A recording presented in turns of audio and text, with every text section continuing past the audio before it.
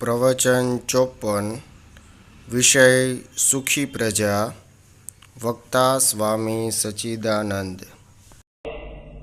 कई प्रजा सुखी थती होय छे अने कई प्रजा दुखी थती होय छे। कोई व्यक्ति सुखी थाय अथवा कोई व्यक्ति दुखी थाय एमां ए व्यक्ति पोते कारण होय मोटा भागे। पण ज्यारे आखी प्रजा सुखी थाय अथवा आखी प्रजा दुखी थाय तो एमां प्रजानो अभिगम कारण होय छे। अभिगम एटले जीवन प्रत्येनो दृष्टिकोण। तमे जीवनने कई दृष्टिथी जुओ छो, जीवनने जोवा माटेनुं तमारुं दर्शन शुं छे। दृष्टिकोणनो अर्थ दर्शन, दर्शननो अर्थ फिलोसोफी छे। तमारी फिलसुफी शुं छे, तमारा जीवन प्रत्येनो तमारो अभिगम शुं छे। आ अभिगमना त्रण भेद छे, याद राखो। एक नकारात्मक अभिगम, बे निराशावादी अभिगम, त्रण सकारात्मक अभिगम। आ त्रण दर्शन छे। तमारुं दर्शन निराशावादी छे, तमारुं दर्शन नकारात्मक है अथवा तमारुं दर्शन सकारात्मक। जरा बात ने समझो ध्यान थी। मानो एक मिनट, मानो कि नकारात्मक दृष्टि एटले शुं?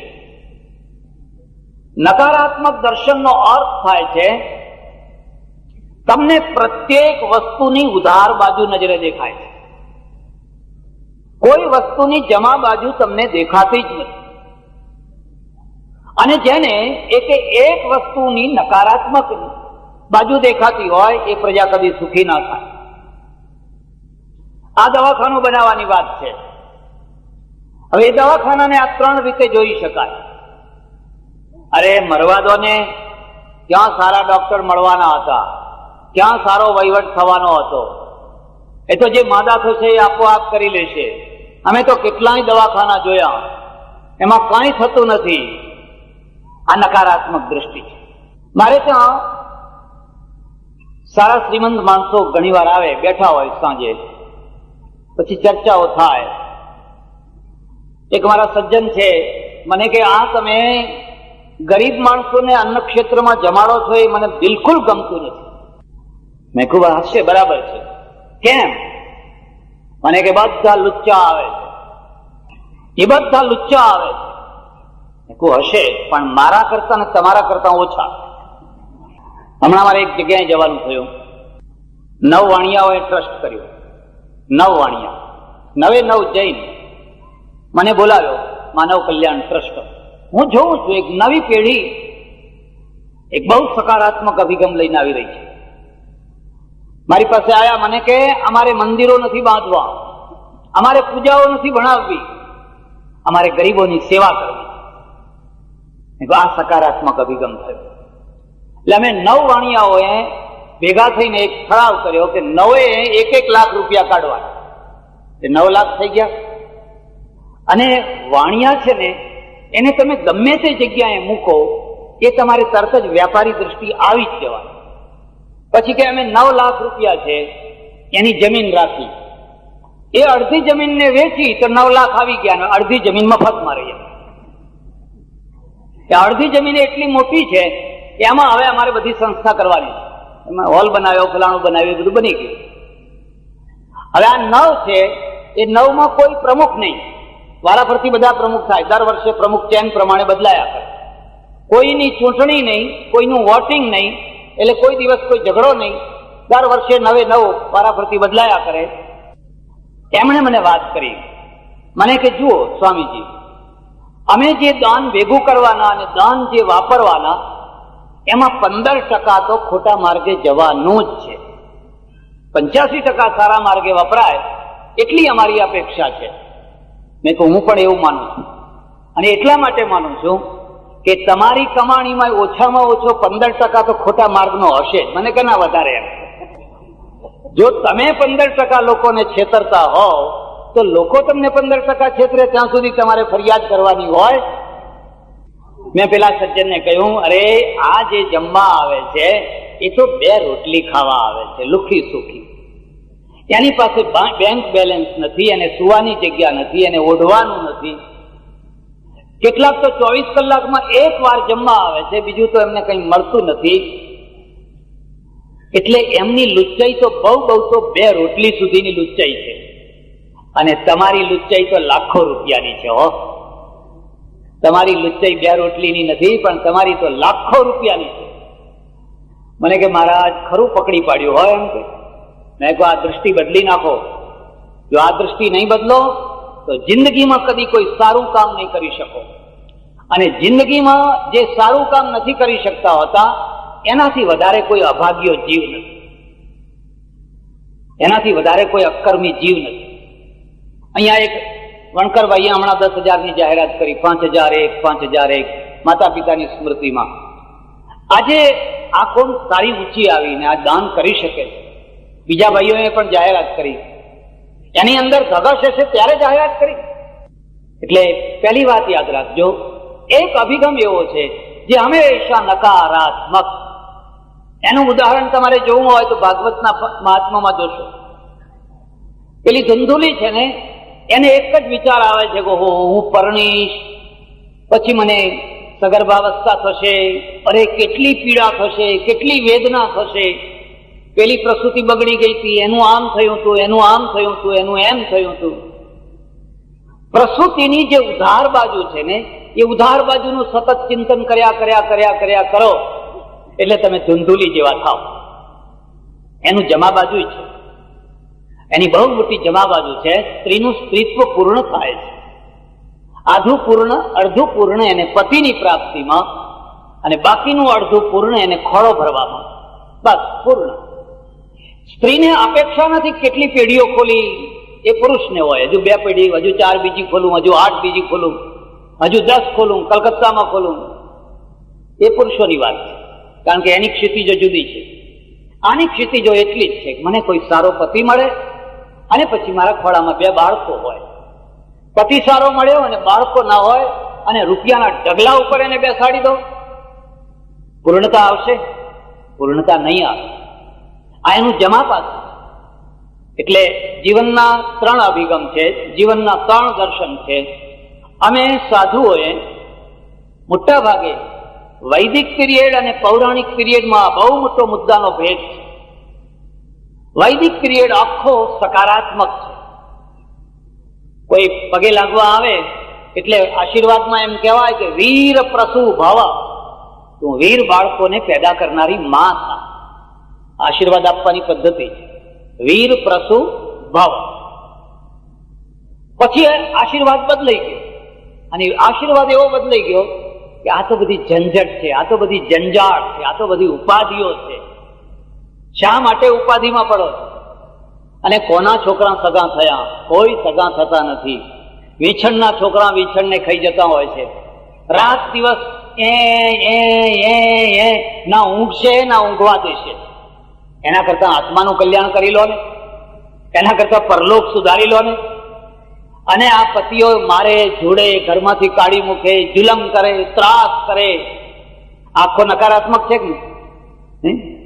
મારે ત્યાં એક આવડી બેબી આવી, 7 વર્ષની હશે ને. મને જરા ગમત કરવાનું બધી બહુ મારા સાથે વાત બહુ કરે. એટલે કંઈક વાતમાં નીકળી ગયું. મેં કહ્યું તારે પરણવાનું નહીં હો. મને કે કેમ? હું જોતી નથી. પેલાના પતિએ એને મારઝૂડ કરીને કાઢી મૂકી. કે ના, બધા કાઢી મૂકે એવા ના હોય એમ. હવે આ 7 વર્ષની છે, એ મને કહે છે કે બધા કઈ કાઢી મૂકે એવા થોડા હોતા હશે. 7 વર્ષથી એના અંદર સકારાત્મક દૃષ્ટિ છે, એના અંદર સકારાત્મક, એને જીવન મળશે. પણ જેને ગળથુથીમાંથી નકાર બેસાડી દીધો છે ને, એને હંમેશા ડર ને ડર જ લાગશે. દુકાન કરવી છે ત્યાં નાસિકમાં કરશો, ભાંડુમાં કરશો.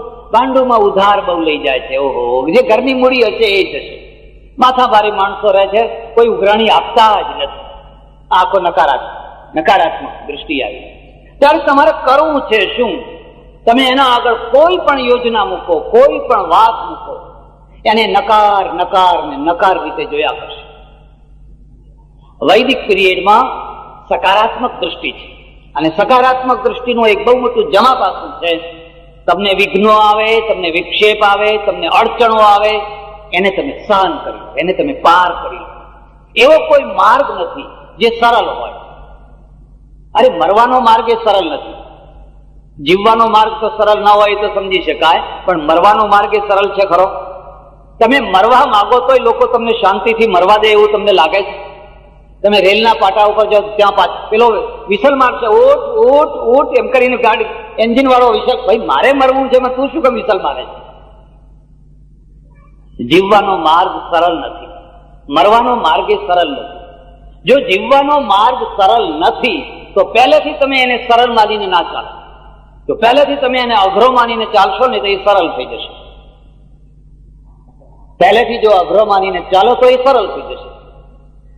એટલે આપણે તો ભગવાન આગળ જઈને પ્રાર્થના કરીએ કે હે મારા વાલા હાજા નવરા રાખજે. આ બહેનો મોટા ભાગે તો એ જ પ્રાર્થના કરે, પણ સાજા તો ઠીક છે, પણ નવરા રાખશે તો કરશો શું?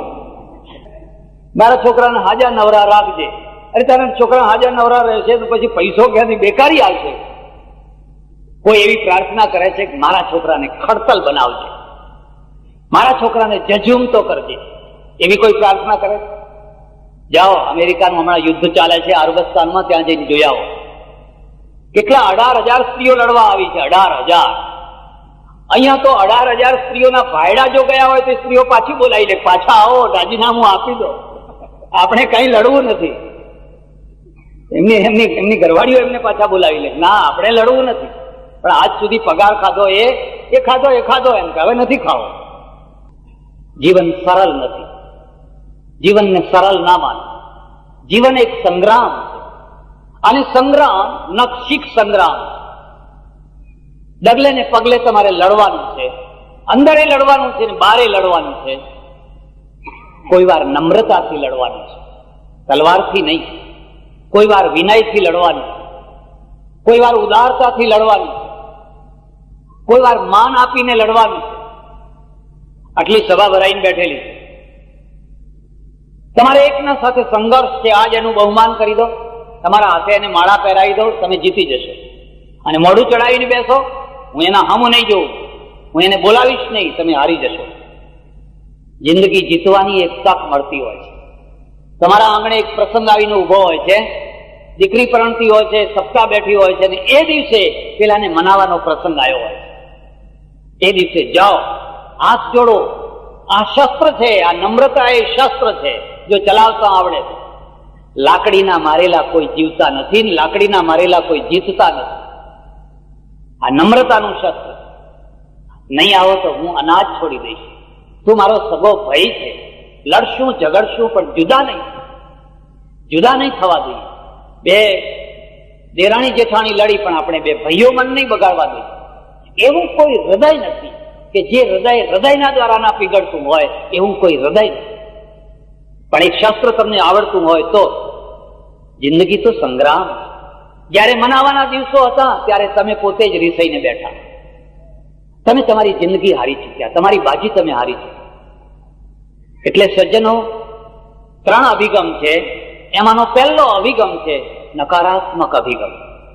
એમાં પણ જેને કાર્યકર્તા થવું હોય, જેને આગેવાન થવું હોય, જેને ગામને પ્રજાને કંઈક પ્રદાન કરવું હોય, એને કદી નકારાત્મક અભિગમ ન હોવો. અને નકારાત્મક દ્રષ્ટિવાળાને કદી આગેવાન બનાવવો નહીં. એ તો જયારે જોવો ત્યારે લમણે હાથ દઈને જ વાત કરશે કે એમ શું થશે. મને નથી લાગતું કે આ ગામમાં 5 પૈસા કોઈ આપે, મને કોઈ દેખાતો નથી. પણ તને ક્યાંથી દેખાય? તું હોય તો દેખાય, તને દેખાય કે? એવા માણસને કદી આગેવાન ના બનાવશો, એવા માણસને કદી કાર્યકર્તા ના બનાવશો, અને એવા માણસને કદી રાજ્યનો સુકાની ના બનાવશો. નહીં તો હા કર્યા જ કરશે. કઈ થાય એવું નથી, અત્યારે કશું થાય એવું જ કર્યા કરશે. આ એક નકારાત્મક અભિગમ છે. પણ નકારાત્મક અભિગમ, નકારાત્મક દર્શન, એના કરતા ભૂંડું દર્શન એ નિરાશાવાદી દર્શન. નિરાશાવાદી દર્શનનો અને આમાં બેયમાં શું ભેદ છે જરા સમજો. નિરાશાનું મૂળ ક્યાં છે? નિષ્ફળતામાં. તમે એક દુકાન કરી, ના ચાલી. ખોટ ખાઈ, ફરી બીજી કરી, ના ચાલી, ખોટ ખાધી, ફરી ત્રીજી વાર કરી, ના ચાલી, ખોટ ખાધી, અને હવે તમે પડી ભાગ્યા. બસ હવે મારા નસીબમાં જ પૈસો નથી, હવે મારા નસીબમાં છે જ નહીં. આ બહેનોને પૂછી જુઓ, એક ભેંસ લાવે, દોવા ના દે એટલે પછી અડધા પૈસામાં કાઢી નાખે. વળી પાછી બીજી લાવે, એ બરાબર દોવા ના દે એટલે તરત જ પછી અમારા પાસે આવીને કે મહારાજ મારે કઈ ભેંસ ઉપર લેણું છે. કઈ પંચાંગમાં કઈ ભેંસનું લખેલું હોય, અને અમે એવા કે તમારે ચોંદરી ભેંસ ઉપર લેણું છે, તમારે કાળી ભેંસ ઉપર લેણું છે, તમારે ભૂરી ભેંસ ઉપર લેણું છે. શું કઈ પ્રજાને અમે ઊંધા માર્ગે દોરી છે? શું કઈ ઊંધા માર્ગે દોરી? હવે ભેંસને અને ચોંદરાપણાને એને કઈ લેના દે કઈ સંબંધ છે? પણ આમના મગજમાં એટલું જામી ગયેલું છે ને, એવું જામી ગયેલું છે. મારા ઓળખીતા એક સાધુ છે, એ બિચારા બહુ દુઃખી હતા.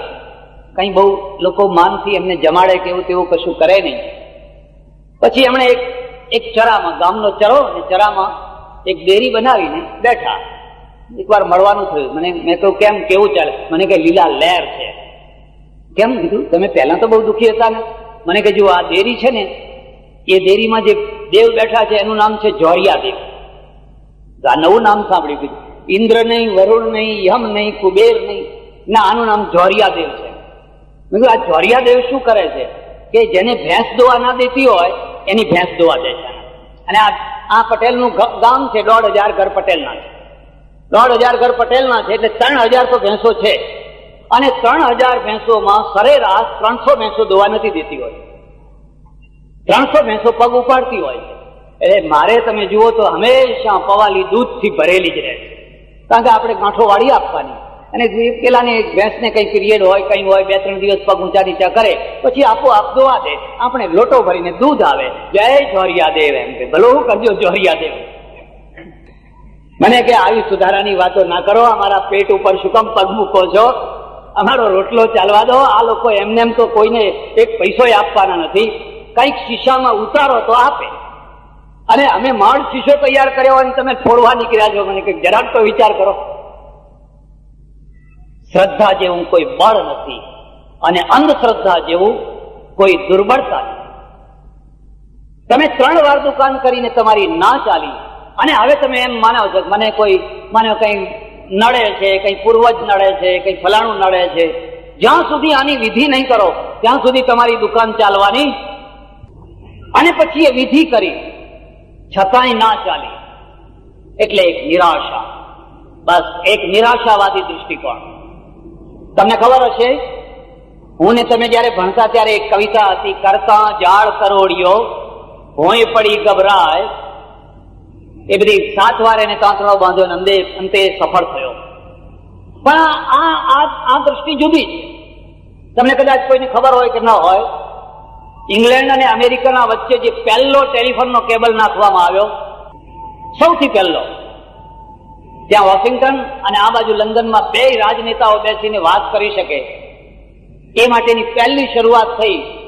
એક કંપનીએ આખો ઠેકો રાખ્યો અને સમુદ્રમાં વાયર નાખતા એનું સ્પેશિયલ જહાજ બરાબર અડધા દરિયે પહોંચ્યું અને વાયર છૂટી ગયું. હવે વાયરને ખોળવો ક્યાં? આજથી વર્ષો પહેલાની વાત. એ સમુદ્રના તળિયે એ વાયરને ક્લિપ કરવાનું, એના તમે કલ્પના કરી શકો છો કેટલા મોટા મગજ હશે. આપણે કેમ નાના રહી ગયા? આપણા મગજ નાના, આપણી અપેક્ષાઓ નાની, આપણી દુનિયા નાની, આપણી મહત્વાકાંક્ષા નાની. એ આખા સમુદ્ર, આખો પેસિફિક મહાસાગર પાર કરવાનો, 35,000 ફૂટ ઊંડે એ વાયરને ક્લિપ કરવાનો. તમે જરા કલ્પના કરી દો. એનું સ્પેશિયલ જહાજ બનાવેલું, એના સ્પેશિયલ દોરણા બનાવેલા, અને કરતા કરતા બરાબર અડધા સમુદ્રમાં પહોંચ્યા. વાવાઝોડું, તોફાન કઈ થયું, વાયર તૂટી ગયું. ખરાબ, આખી યોજના પડી ભાગી.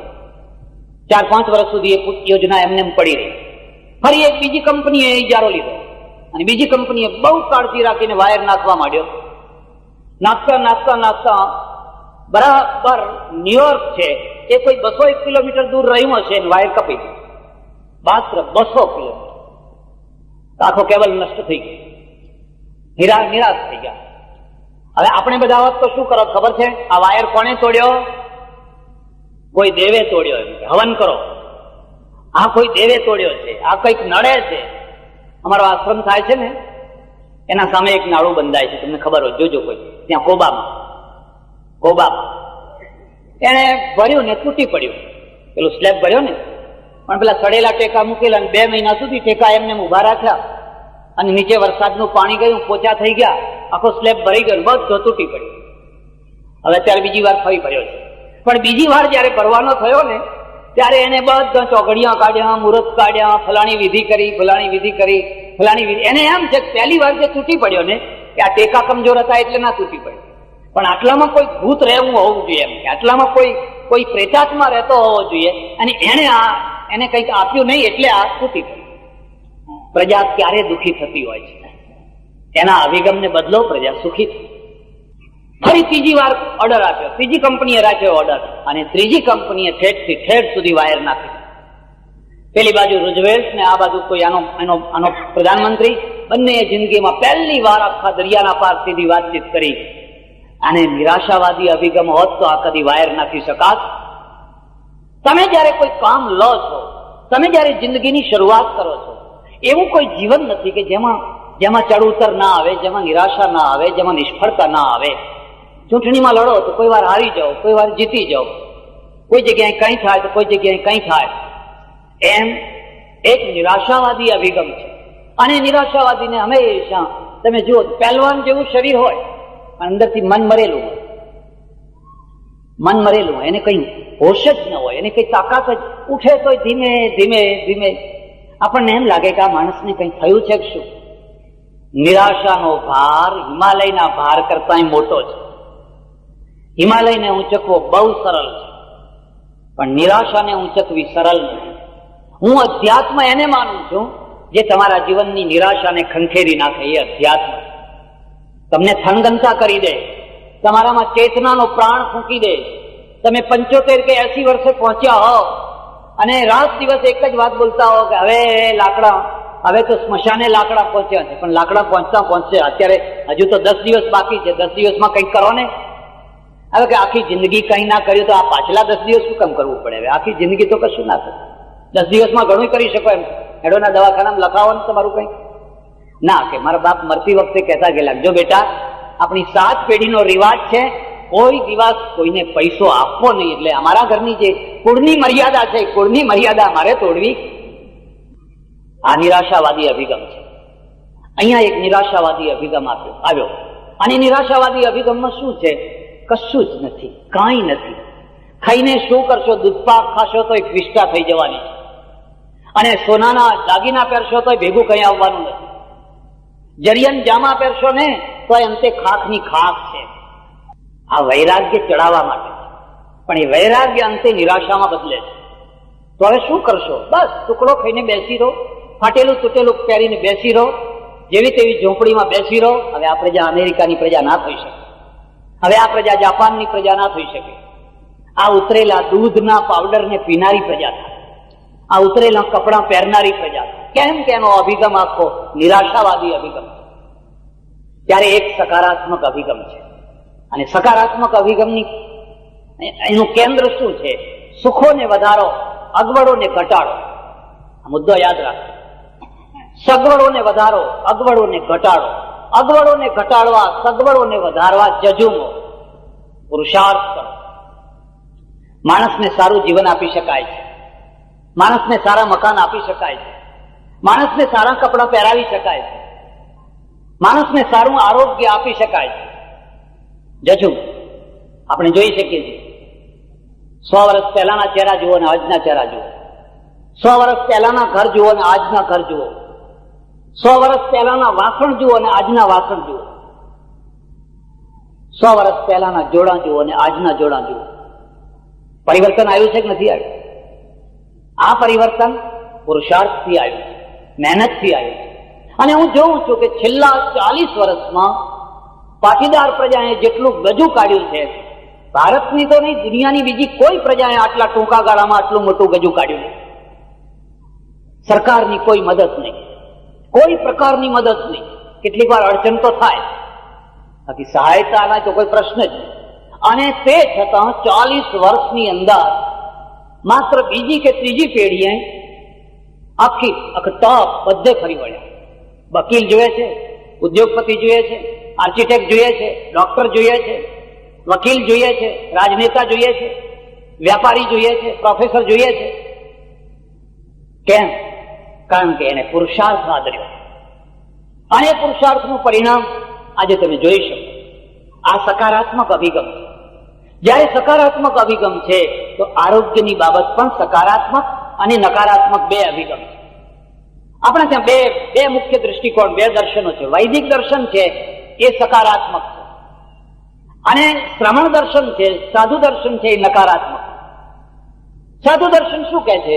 ક્યારે મરવાના, ક્યાં મરવાના, કેવી રીતે મરવાના, કયો રોગ થવાનો, એ બધું લખેલું છે. ટાઈમસર બધું લખેલું. એમાં જરાય મીન મેક ના થઈ શકે. જો આ દર્શન તમારા અંદર બેસી ગયું, ખલાસ, નકારાત્મક અભિગમ છે. ક્યારે મરવાના, ક્યાં મરવાના, કેમ મરવાના, કયા નિમિત્તે મરવાના, બધું રજે રજ લખેલું. એમાં એક પાંદડું આગુ પાછું ના થઈ શકે. આ નકારાત્મક અભિગમ છે. આયુર્વેદ શું કહે છે? વૈદિક પિરિયડ શું કહે છે? તમારું આયુષ્ય વધારી શકાય છે, તમારા આરોગ્યને સુધારી શકાય છે, તમારા શરીરને સરસ બનાવી શકાય છે, તમારી જઠરાગ્નિને, તમારા હાર્ટને, તમારા મસ્તિષ્કને, તમારા બાવડાને બધાને બળવાન બનાવી શકાય. સાધના કરો, એ રીતનું જીવન જીવો. આમાં સકારાત્મકતા છે, પેલામાં નકારાત્મક. અને આ નકારાત્મકતાનું વળી એક પરિણામ આવ્યું, વેમમાં આવ્યું. તમે રોડ ઉપર ઉભા જોજો. મારી તો તમને ખાસ સલાહ છે. આપણા બધા ટ્રક ડ્રાઈવરો છે ને, એમની પાછળ જે લખેલું હોય છે ને, એક થી ચડે એવા વાક્યો હોય છે. એમાં બહુ પ્રસિદ્ધ વાક્ય છે, બુરી નજર વાલે તેરા મુંહ કાલા. ઓહો, બુરી નજર વાલે તેરા મુંહ કાલા. મને ખબર નથી ભાંડુમાં શું દશા છે. બાકી એક ગામમાં એક બે બહેનો નજર લગાડનારી રહેતી હોય. આખું ગામ ફફડતું હોય, હા એ આયા છોકરું માધું પડી ગયું. દરેક ગામમાં એક બે ડોસા ડોસીઓ એવા હોય. હું જયારે નાનો હતો, 8-10 વર્ષનો હતો, ત્યારે અમારા ગામમાં એક તલાટી આવેલા, બહુ સજ્જન ભલા માણસ. એમના પત્ની છે, ભારે શરીર, અને અમારા ગામમાં એક ડોસા, એમની ખાસ નજર લાગે, બધાની નજર લાગે. એટલે એ આવે ત્યારે બૈરાણ છોકરા બધા ઘરમાં જ બેસી જાય કે એ પેલા ભા આયા એમ કે. અને નજર લાગે એટલે એનો એક જ ઉપાય, ગામની બહાર એક ઝોપડા બાપજી કરીને એક દેવ હતા. એ દેવે જઈને પછી સવાશેર પેંડા તમારે ચડાવવા પડે.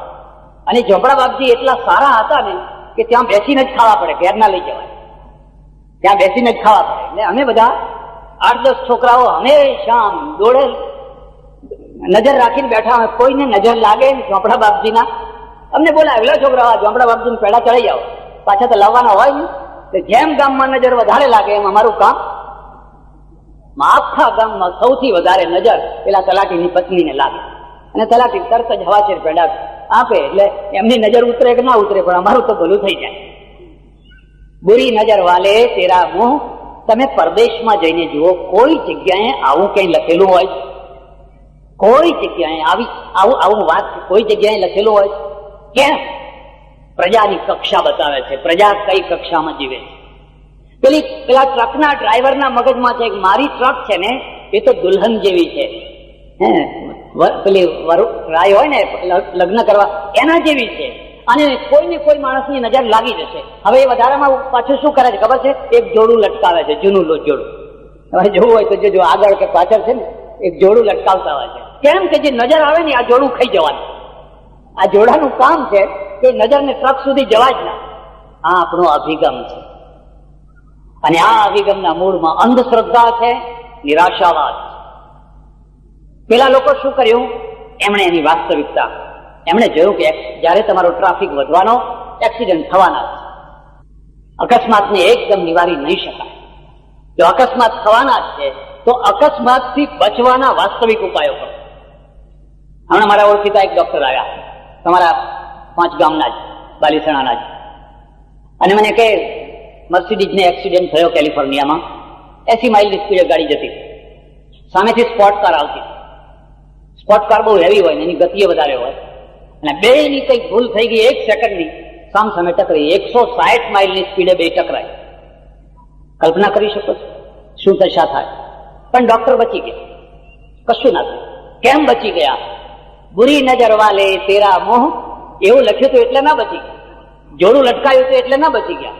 પણ એ મર્સિડીઝે એવી વ્યવસ્થા કરેલી કે જે ક્ષણમાં તમને એક્સિડન્ટ થાય એ ક્ષણમાં 1 સેકન્ડના 100મા ભાગમાં એરબેગ નીકળી આવે, સ્ટેરિંગ માંથી બાજુમાંથી એરબેગ નીકળી આવે, ફુગ્ગો નીકળી આવે અને તમારા શરીરના ચારે તરફ નીકળી જાય. એટલે પેલો જે ધક્કો છે ને એ ધક્કાની અસર તમારા ઉપર ના થાય.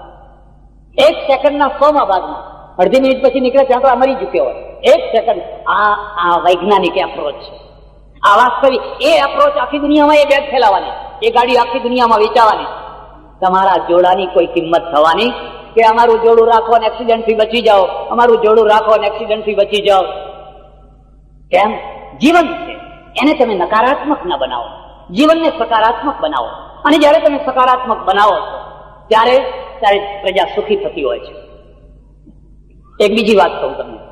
આજથી 200 વર્ષ ઉપર જયારે સ્થળના જહાજો હતા, એન્જિનની શોધ નહીં થયેલી, ત્યારે અમેરિકા અને ઇંગ્લેન્ડ ને યુરોપના વચ્ચે સ્થળના જહાજોથી વ્યાપાર ચાલે. એક 50 જહાજનો માલિક અમેરિકાથી ઇંગ્લેન્ડ આવે, આવતા એને મહિનો લાગે. 15 દિવસ રહીને બધો માલ ભરે અને વળી પાછો જાય એટલે 1 મહિનો લાગે. 2-3 મહિને એની ખેપ પૂરી થાય. એને એક પત્ની, અત્યંત પ્રેમાળ પત્ની. જે દિવસે આ એનો પતિ પરદેશ જાય તે દિવસથી દરિયાની રાહ જોયા કરે, દરિયા જઈને બેઠા. આજ આવશે, આજ આવશે, આજ આવશે, આજ આવશે, આજ આવશે. હજુ તો એને 3 મહિનાની વાર છે, પણ એને એમ થાય કદાચ પણ જઈને પાછા આવે, કઈ કહેવાય નહીં. એના મગજમાં એક છે, એની સકાર છે. યાદ રાખો, એ સકાર છે. એના મગજમાં એક જ છે કે આવશે, જરૂર આવશે. કેટલાક લોકો એવા હોય ને, યાત્રા કરવા ગયા હોય, પડોશના ત્યાં ચાવી આપીને ગયા હોય ને, એટલે પડોશી એમ સમજે કે આ બદ્રીથી તો ભાગ્યે જ આવે, એટલે આપણે ઘર તો હવે આપણે સંભાળવાનું થશે. એના મનમાં જ પહેલેથી એવું છે. એ પહાડમાં રોજ બસો પડે છે અને ન કરે નારાયણને આમની બસ પડે, અને જરાક સમાચાર આવે બસ પડી એટલે કે એમની જ, એ બીજા કોઈની નહીં પણ એમની જ. કેમ? કારણ કે સકારાત્મક જીવન નથી. એટલે પેલીના મગજમાં એક છે, જરૂર આવશે, જરૂર આવશે, જરૂર આવશે. જીવનને જીવવાની 2 પાંખો છે, એક પ્રેમ અને એક શ્રદ્ધા. 2 પાંખો જેને મળીને બસ એનું જીવન તો ઉડતું જીવન છે. પણ પ્રેમ કપાઈ ગયો, શ્રદ્ધા કપાઈ ગઈ, હવે ખલાસ, જીવન તરફડતું થઈ જશે. પૈસાના ઢગલા ઉપર બેઠું હશે તોય જીવન તરફડતું થઈ જશે. કેટલીક વાર આ તરફડાટને દુનિયા જોતી હોય, કેટલીક વાર પોતે જ જોતો હોય, દુનિયાને ખબર ના હોય કે આ માણસ તરફડી રહ્યો છે. જીવન તો પ્રેમ અને શ્રદ્ધાની પાંખમાં છે. એટલે રોજ આવીને દરિયા કિનારે બેસે, આજ આવશે, આજ આવશે, આજ આવશે. 3 મહિના પૂરા થયા, હવે તો અકળાવા લાગે, હવે હદ થઈ. રોજ જુએ. એવામાં જે આવે એને પૂછે, અમારો માણ આવે છે, અમારા જહાજ આવે છે. એવામાં એક દિવસ એક જહાજ વાળાએ કહ્યું, તમારું જહાજ એક ખડક સાથે ટકરાઈ અને ડૂબી ગયું અને તમારો શેઠ પણ એમાં ડૂબીને મરી. પ્રેમના આઘાત જેવો કોઈ આઘાત નથી. તમે ગદાનો માર સહન કરી શકો, તમે ભાલાનો માર સહન કરી શકો. તમને કોઈ ધોકા માર્યા હોય ને તો 15 દિવસમાં તમે ધોકાના મારને પાર કરી શકો. પણ તમારા ઊંડાણમાં જો પ્રેમ બેઠો હોય ને, પ્રેમનો જો ફટકો પડે ને, કોઈ તાકાત નથી, કોઈ ઢાલ નથી, તમે એ મારને સહન કરી શકો. અને આ ગાંડી થઈ ગઈ, આ સ્ત્રી એકદમ ગાંડી થઈ ગઈ. એને ઘેર આવીને વાળ ખેંચવા માટે હાથમાં સોટી લઈને આખા ઘરની ક્રોકરી તોડી નાખી, કાચના બારી બારણા તોડી નાખે. કોના માટે?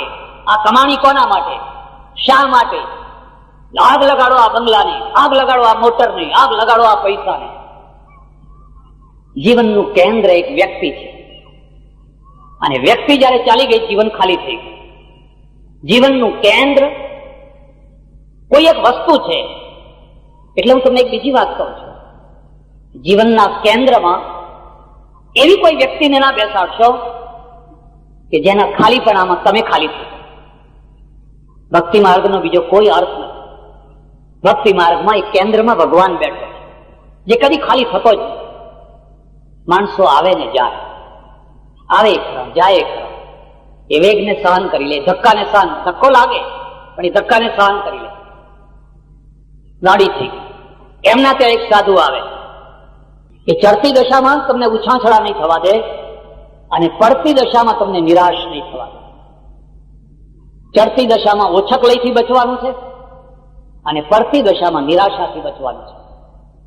જ્યારે તમારી ચડતી દશા હોય ત્યારે તમારા વ્યવહારમાં ઓછકલય ના આવવી જોઈએ. તમે નમ્ર, વિનય, વિવેકી, તો તમારી ચડતી દશા દીપી ઉઠશે. અને જયારે પડતી દશા હોય ને 2 પાન ખાવા, 1 નહીં 2 પાન, કોઈને ખબર ના પડે કે અત્યારે મારી પડતી, રડ્યા જ કરે, હા દુકાન નથી ચાલે, કોઈ 10 રૂપિયા આપતો હશે તો નહીં આપે. જો લોકોને ખબર પડી ગઈ તારી દુકાન નથી ચાલતી એટલે પછી કોઈ મીઠું નહીં પીરે. સાધુનું કામ છે ચડતી દશામાં એને ઓછકલયથી બચાવવો અને પડતી દશામાં નિરાશાથી બચાવવો. સાધુ એમના ત્યાં આવે, એને જોયું કે આ સ્ત્રી તો ગાંડી થઈ ગઈ પતિના અભાવમાં. હવે પતિના અભાવમાં ગાંડી થયેલી સ્ત્રી આ કરોડો રૂપિયાની મિલકત છે, એ મિલકતને નહીં સાચવી શકે. એમના મહારાજ એને ધીરે ધીરે ધીરે ધીરે ધીરે ધીરે સત્સંગ કરીને એના મગજને ઠેકાણે લાવે. પણ કે હવે મારે આ મિલકતને શું કરવી, કે હવે જ એનો ઉપયોગ છે. પહેલા તું એનો ઉપયોગ નથી કરી શકતી. પહેલા તારા મગજમાં એક જ હતી વાત, મારા પતિને શું ખવડાવવું, મારા પતિને શું પહેરાવવું. તારા મગજમાં એક જ સુખ હતું અને પતિનું જ સુખ. આ તારી મિલકતને હવે હજારોના સુખમાં વહેંચવી છે, જેને કોઈ સુખ આપનાર નથી. અને પહેલામાં પહેલું કામ એ કરવાનું છે કે જે ખડકના દ્વારા તારા પતિનું જહાજ તૂટી ગયું ને તારી ચૂડીઓ નંદવાઈ ગઈ, એ ખડક ઉપર એક દીવાદાળી બાંધ, જેવા સકારાત્મક દૃષ્ટિ. એ ખડક ઉપર તું એક એવો થાંભલો ઉભો કર અને એના ઉપર મોટા અક્ષરે લખ કે દૂર રહો, મૃત્યુ છે, ડેન્જર. એટલે બીજા જહાજો અહીં આવીને ટકરાય નહીં અને બીજી સ્ત્રીઓ વિધવા ના. એવું કહેવાય છે કે આ દુનિયાની સૌથી પહેલામાં પહેલી દીવાદાંડી આ વિધવા સ્ત્રીએ બાંધેલી. આ સકારાત્મક છે કે નકારાત્મક? હું તો વિધવા થઈ, પણ બીજી કોઈ સ્ત્રી વિધવા ના. એ ખડક ફોડી કાઢ્યો ને બધા ખારવાઓએ કહ્યું ભાઈ એમાં તો ઘણા માણસો મરી જાય છે. એના ઉપર એને ત્યારે તો પ્રકાશની એવી વ્યવસ્થા નહીં, પણ એક ઊંચો થાંભલો ઉભો કરીને અંગ્રેજીમાં મોટા અક્ષરે ચિતર્યું, અહીંથી દૂર રહો, અહીંથી દૂર રહો, અહીં પાણીમાં ડૂબેલો ખડક છે. અને પછી એની કરોડો રૂપિયાની જે મિલકત હતી ને, બસ હવે એ મિલકતને તું હજારોને સુખી કરવામાં વાપર. કેટલીક વાર એવું બનતું હોય છે કે તમને માર્ગ ઉપર લાવવા માટે એક આઘાતની જરૂર હોય છે, એક ઠોકરની જરૂર હોય છે, અને આઘાત તમને ખરેખર માર્ગ ઉપર લાવી દે. એટલે આ જે જીવન છે એમાં એક વૈદિક પીરિયડ છે, સકારાત્મક છે. કોઈ અકસ્માત નિશ્ચિત નથી, મૃત્યુ નિશ્ચિત નથી, બીમાર પડવું એ નિશ્ચિત નથી. જીવનને લાંબુ કરી શકાય છે. ભારત જયારે સ્વતંત્ર થયું 1947માં, તો તમને ખબર હશે 1000 પ્રસૂતિએ 450 બાળકો મરી જતા હતા. 1000 450, 2 બાળકે 1 બાળક મરી જતું. એમાંથી આ બાધાઓ નીકળી. આ બાધાઓ ક્યાંથી નીકળી? આપણો અભિગમ આવ્યો. કેમ મરી ગયું? માતાએ મારી નહીં, માતાએ ભરખી લીધું. એટલે હવે માતાનો દોરો બાંધો, તાવીજ બાંધો, ફલાણું કરો, બાબરી વધારો, આપણો આ એપ્રોચ. પેલા લોકોએ શું કર્યું? કેમ મરી ગઈ? સ્ત્રીને લોહી ના મળ્યું, સ્ત્રીને દવા ના મળી, બાળકને પોષણ ના મળ્યું, ધનુરનું ઇન્જેક્શન ના મળ્યું, ફલાણું ના મળ્યું. એટલે એને ટ્રીટમેન્ટ ઉભી કરી, તબીબી સારવાર ઉભી કરી. અને તબીબી સારવાર આજે આપણા ત્યાં ઉભી થઈ છે. આજે તમને ખબર છે 1000 હવે 112 બાળકો મરે છે. એટલે અહીં બાળકો ઉભરાવા માંડ્યા છે. આ વસ્તી એટલા માટે વધી. 1012 છોકરા મરે છે. આ આપણી સિદ્ધિ. અમેરિકામાં 15 મરે છે અને જાપાનમાં ખાલી 7 જ છોકરા મરે. 1000 ખાલી 7. ત્યાં કોઈ બાધા નથી માનતું, કોઈ બાબરી નથી રાખતું, કોઈ ડેકલા નથી વગાડતું. માત્ર 7 જ છોકરા મળે. અને એનું કારણ છે સકારાત્મક અભિગમ. જીવનને જો સુખી બનાવવું હોય તો નકારાત્મક નહીં, નિરાશાવાદી નહીં, સકારાત્મક અભિગમ. તમે શરીરની રચના જોશો, મારી ખાતરી છે કે એકવાર શરીરનું પૂરેપૂરું અધ્યયન કરનાર કદી નાસ્તિક રહે જ. ગજબની રચના છે એનો, ઝીણામાં ઝીણો. હું જયારે અમેરિકા જાઉં ત્યારે મારા એક ઓળખીતા પટેલ છે, સાયન્ટિસ્ટ છે, બહુ મોટો સાયન્ટિસ્ટ છે. હું એને કહી રાખું તારે મારા માટે નોવાની બધી વિડીયો કેસેટો મંગાવી રાખું. નોવા નામની એક ત્યાં કંપની છે, સંસ્થા છે, અને એ અડધા પોણા કલાકની આંખ ઉપર, નાક ઉપર, જીભ ઉપર અડધા કલાકની કેસેટ, માત્ર જીભ ઉપર, કિડની, લીવર ઉપર, કિડની ઉપર, એક વસ્તુ ઉપર. અને એ અડધા કલાકની તમે કેસેટ જુઓ, 1000 પુસ્તકો વાંચવાથી વધારે જ્ઞાન થાય, પ્રત્યક્ષ જ્ઞાન. અને આપણે આફરીન થઈ ગઈ, ઓ મારા પ્રભુ, આ તે રચના કરી છે, અમે તો ખાલી ચામડીને જ જોઈ શકીએ. કોઈ ડોક્ટર એવો નથી જે શરીરનો પૂરેપૂરો નિષ્ણાત હોય. જેટલો ડોક્ટર મોટો એટલું જ કહે છે કે ઓહો આની ક્ષિતિજો તો બહુ મોટી છે. એટલે અમારે ત્યાં દુલાભાયા કાગ થયા. નામ સાંભળ્યું છે? કાગ. અને કાગે એક સરસ મજાની એમને એમના કવિતા રચીને એમાં લખ્યું છે, કીડીના આંતરડા વાલા કયા ટાંકણે ઘડિયા, તમે કીડીના આંતરડા. કીડી તો બહુ મોટી જંતુ. આજકાલ તો આજના રીતે તો કીડી તો પણ નહીં, કીડીના આંતરડા. અને કીડીનું નાક, તમારું નાક મોટું કે એનું નાક મોટું? કોણ સંતાડીને તો જુઓ ઘરમાં, ગમે ત્યાં સંતાડો ને. અને હરી તારી અકળ ગતિ, કેટલીક વાર આ લોક કવિઓ ગજબ કરતા હોય છે. એક જગ્યાએ હરી તારી અકળ ગતિ, આજ્ઞાના પેટમાં બતી. પેલો રાત્રે આજ્ઞો ઉઠતો હોય છે ને, હરી તારી અકળ ગતિ, આજ્ઞાના પેટમાં બતી. એટલે પેલો રાત્રે ઉઠતો હોય તો નથી એના પેટમાં અજવાળું થતું હોય છે.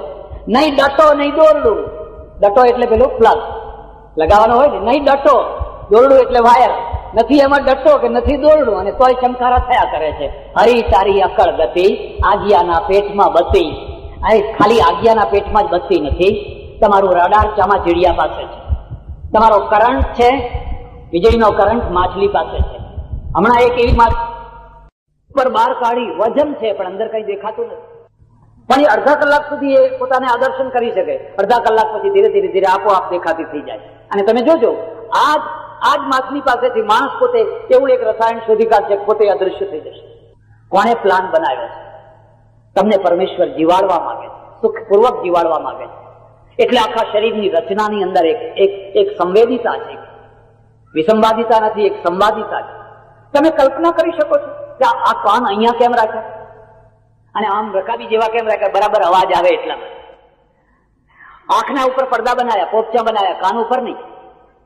નહીં તો રાત્રે કાન ઉપર આમ પોપચા પાડીને સુઈ ગયા હોય ને, હવે ગમે એવા કોઈ ઢોલ વાગે, ગરબડી જાય તો તમને ખબર પડે નહીં. કાન હંમેશા ઉઘાડા છે. આંખના ઉપર બંધ રાખવાની વ્યવસ્થા કરી, અને આંખની ગજબની વ્યવસ્થા છે. દર વારે જયારે તમે આંખ નીચે પાડો છો ત્યારે એક વાલમાંથી થોડું પાણી નીકળે છે અને આખી આંખને ચોખ્ખી કરી, જેમ વાઇપરથી ગાડીનો કાચ ચોખ્ખો થાય છે. દર 20 સેકન્ડે તમારી આંખ છે, તમારી આંખને ચોખ્ખી એક સોલ્યુશન છે. અહીં નાક મૂકી દીધું, અહીં મૂકવાની શી જરૂર હતી? અહીં મૂક્યું હોત તો, કારણ કે તમે ખાઓ એટલે ખાતા પહેલા એની ગંધ આવતી જોઈએ. એ વાસી છે, એક બગડે, નહીં તો શું થાય, કોળિયાને પહેલા અહીં લઈ જવો પડે સૂંઘવા માટે, પછી અહીં ખાવાનું. કૂતરું પહેલા સૂંઘે છે અને પછી ખાય છે. જેને નાક બનાવ્યું છે એને બહુ પ્લાન બનાવ્યો. નહીં, નાક એક નથી, બે છે. અમારે યોગ માર્ગમાં આવીને વિચાર કર, એક સૂર્ય નાડી છે, એક ચંદ્ર નાડી છે. દર પોણા કલાકે બદલાય છે અને એના આધારે તમારું આરોગ્ય છે. એના આધારે તમારું આરોગ્ય છે. દર પોણા કલાકે સૂર્ય નાડી ને ચંદ્ર નાડી છે. યોગ ભ્રષ્ટ કોઈ યોગમાં ખતા ખાઈ ગયેલો માણસ હોય, કાં તો એની સૂર્ય જ નાડી ચાલે, કાં તો એની ચંદ્ર જ નાડી ચાલે, અને ડોક્ટરે સાજો ના કરી શકે. એ નાડી કેવી રીતે બદલાય એની પછી પ્રક્રિયા છે, કેવી રીતે. અને એમાંથી આખું એક શાસ્ત્ર ઉભું થયું, શિવસ્વરોદય. શિવસ્વરોદય. આમ તમે સ્વર જોઈ અને તમે કલ્પના કરી શકો, ઘટનાઓની આગાહી કરી શકો, સ્વર જોઈ. શિવસ્વરોદય. હું તમને વધારે લાંબી ચર્ચામાં નથી લઈ જવા માંગતો, પણ પરમેશ્વર તમને જીવાડવા માંગે છે. એટલે એને ડબલ કિડની મૂકી. એક કિડની ડેમેજ થાય તો બીજી રહી જાય. ડબલ આંખ મૂકી, નહીં તો વચ્ચે એક મોટી આંખ મૂકી દીધી હોત તો જોવા જ બધે. એક આંખ જાય તો તમે બીજી આંખથી જોઈ શકો, એક કાન જાય તો બીજા કાનથી તમે સાંભળી શકો. હું જયારે વિસનગરમાં ચાતુર્માસ કરતો ત્યારે ડોક્ટર આચાર્ય હતા. આચાર્યને મારે થોડી ભાઈબંધી જેવું. મેં કહેલું જયારે મેજર ઓપરેશન કરો ત્યારે મને જોવા બોલાવો ખાસ. હું આખી જિંદગી વિદ્યાર્થી થઈને જીવવા માંગુ છું, અને મેજર ઓપરેશન હોય ત્યારે મને બોલાવે. હું તો મને સમજણ પાડો, અને ત્યારે મને સમજણ પાડે. એકવાર એક પેટનું ઓપરેશન જોવા બોલાવ્યો. મને કે જુઓ સ્વામીજી, પરમેશ્વરે એવી વ્યવસ્થા કરી છે કે આખા પેટમાં તમે કોઈ પણ જગ્યાએ મુક્કો મારો તો તમારા મુક્કાને આઘાતને સહન કરવા માટે ભગવાને એક દડો મૂક્યો છે. સેન્સિટિવ દડો છે, જેને કોઈ કેલ્ક્યુલેટર સાથે, કોઈ કમ્પ્યુટર સાથે જોડેલો હોય, જ્યાં તમારો હાથ પેટના અમુક ભાગમાં અડ્યો નહીં કે દડો આવીને આગળ થઈ જવાય. એટલે તમારું લીવર બચે છે, એટલે તમારું પકવાશય બચે છે. આ દડા ઢાલ માટે મને બતાવીને જો આ કામ કરે છે. એકે એક વસ્તુની રચના ગજબની વસ્તુ. તમે જે ખાઓ છો ને એમાં ઝેર છે. ઝેર વિનાનો ખોરાક હોતો જ નથી, અને અમૃત વિનાનું ઝેર હોતું નથી. એ ઝેરને રિફાઇન કરવા માટે કિડની છે. કિડની કામ કરતી બંધ થઈ જાય, તમારું દૂધપાક જ તમારા માટે ઝેર થઈ જશે, તમારું દૂધ જ તમારા માટે ઝેર થઈ જશે. એવું કોઈ ઝેર નથી જેમાં અમૃત ન હોય, એવું કોઈ અમૃત નથી જેમાં ઝેર ન હોય. કાર્યકર્તા કોનું નામ છે? જે ઝેરમાંથી અમૃત કાઢે એનું નામ છે. અમૃતમાંથી ઝેર કાઢવું એ કોઈ બહુ મહત્વની વસ્તુ નથી, પણ ઝેરમાંથી અમૃત કાઢવું. એક પૈસો ના આપતો હોય કોઈને, સારી રીતે વાત ના કરતો હોય, કાર્યકર્તા જો હોય એને ખંખેરી લઈ આવે, એને લઈ આવે, પણ કાર્યકર્તા હોવો જોઈએ, એને બધું બોલતા ને બધું વ્યવહાર કરતા આવડવું જોઈએ. એટલે સજ્જનો, આ જે આપણે દવાખાનું બાંધ્યું, દવાખાનાની જે વ્યવસ્થા વધારી, આજે જે પ્રસૂતિનો વોર્ડ શરૂ કરી રહ્યા છીએ, એમ્બ્યુલન્સ શરૂ કરી રહ્યા છીએ, એ સકારાત્મક માર્ગ છે. લોકોના પ્રારબ્ધ ઉપર છોડી નથી દેવાના. જેના નસીબમાં જે લખ્યું હશે એ થશે, એના ઉપર નથી છોડી દેવાના. પણ આપણે આપણી શક્તિ પ્રમાણે, આપણી ભક્તિ પ્રમાણે ટ્રીટમેન્ટ કરવાની છે. અને આ કામ એક હાથે થાય નહીં. તમારી પાસે સારા ડોક્ટર છે, સારો સ્ટાફ છે, અને મારી તો ખાતરી છે પૈસાથી દવાખાના ના ચાલે, સ્ટાફથી ચાલે. પૈસાથી ચાલતા હોત ને તો સરકારી દવાખાના ખૂબ ચાલતા હોત. સરકારી દવાખાનામાં ખૂબ પગાર છે, વાહનો છે, બધું છે, પણ ત્યાં શું નથી? પ્રાણ નથી, મરદા છે. ઇન્જેક્શન નથી, દવાઓ નથી, ડોક્ટર હાજર નથી, બેન હાજર નથી. હશે કઈ વાંધો નહીં, આ એમ્બ્યુલન્સ છે એ તો ચાલુ છે ને, કે ના એમાં પંચર પડ્યું છે. ત્યારે બધું ચાલે છે ક્યારે? કે હવે આવતા ભવે ચાલે, આ ભવે તો કઈ ચાલે એવું લાગતું. ખર્ચો જ ખર્ચા, ખર્ચા જ ખર્ચા. મારે આશ્રમમાં દવાખાનું છે, તમને નવાઈ લાગશે. અમે 15-17 વર્ષ પહેલા શરૂ કરેલું, અને ત્યારે 4 આનામાં દવા આપવી એવું નક્કી કરેલું. 1 રૂપિયો લેવો ને 4 દિવસની દવા આપવી, સારામાં સારી દવા. આજે 17 વર્ષ પછી કેટલી બધી મોંઘવારી વધી ગઈ, પણ એનો એ જ ચાર્જ છે. 300 થી 500 દર્દીઓ રોજ આવે છે. મેળો જામે હોય તમારે, મેળો, એ જ 1 રૂપિયો ચાર્જ. મારી બાજુમાં એક બહુ મોટું હોસ્પિટલ બંધાયું છે, 20 કરોડ રૂપિયા ખર્ચીને. કેટલા? 20 કરોડ રૂપિયા ખર્ચી. એના ટ્રસ્ટી મને મળ્યા. મેં કહ્યું કેમ, તમારે ત્યાં કેટલા દર્દી આવે છે? મને કે એવરેજ 150 ની રહે છે. સ્ટાફ કેટલો છે? મને કે 152. 152 નો સ્ટાફ છે અને 150 દર્દીઓ. અરે લાંબી લાંબી લોબીઓ, અહીંથી ત્યાં જાઓ, ત્યાંથી ત્યાં જાઓ, ત્યાંથી ત્યાં જાઓ. બસ 2 કિલોમીટર ચાલો ત્યારે તમે 2 એપીસી મેળવી શકો. મેં કહ્યું કેવો અનુભવ કેવો? મને કે પસ્તાવાનો પાર નથી. આ મેં મોટી હોંશથી પૈસા ભેગા કર્યા ને 20 કરોડ ખર્ચીને તોતિંગ મકાનો બાંધી દીધા. પણ બાપજી, હું તમને સાચી વાત કહું છું, આ હોસ્પિટલ બાંધતા મેં ઘરેને ધાન નથી ખાધું અને સારી રીતે ઊંઘ નથી લીધી. અત્યારે ઝાડુ લગાવનાર છે ને, એ અમને ઘૃણાથી જુએ છે. અમે જઈએ તો અમને એ સલામી નથી કરતા, એ અમને ઘૃણાથી જુએ. લાવો પગાર વધારો, આ હક આપો, ફલાણું આપો. નથી કામ કરતા, નથી કાઢી શકાતા, નથી રાખી શકાતા. અને હું તો હારી ગયો છું, થાકી ગયો છું. હું લોકોને કહું છું ભલા થજો અને આવું કંઈક ના કરી બેસતા. સ્ટાફે અમને થકવી દીધા છે. એટલે આ બધી સંસ્થાઓ ક્યારે ચાલતી હોય છે? જ્યારે અનુકૂળ સ્ટાફ મળ્યો હોય ત્યારે ચાલતી હોય. અને સ્ટાફ અનુકૂળ ક્યારે થતો હોય છે? જ્યારે એના મનમાં એક ઈચ્છા હોય, હું માત્ર પેટ માટે આ ધંધો નથી કરતો, આ માનવતાનું કામ છે. પેટ સૌને છે, સૌને પેટની જરૂર છે, પૈસાની સૌને જરૂર છે. પણ કેટલાક ધંધા એવા છે કે જેમાં પેટ ના કરતા માનવતા પહેલી વસ્તુ છે. તમે લોજ ખોલીને બેઠા હો, જમાડવાની લોજ આવે ને, એ લોજ ખોલીને બેઠા હો અને પૂરેપૂરો ચાર્જ લેતા હો અને ભાણે બેઠેલા અને અડધા જમાડીને કાઢી મૂકો, તો ભગવાન કોઈ દિવસ રાજી રહે ખરો? જો તમારે છેતરવા છે, તમારે કસજ કાઢવો છે, બીજો ધંધો કરો. પણ લોજ ખોલીને બેઠા હો તો એને 1 રોટલી આગ્રહથી વધારે જમાડો. હવે તમે આગ્રહ નહીં કરો ને એમને વધારે 2 ખાઈ જશે તો? અમારા એક ઓળખીતા છે એક ગામમાં, એની લોજ છે.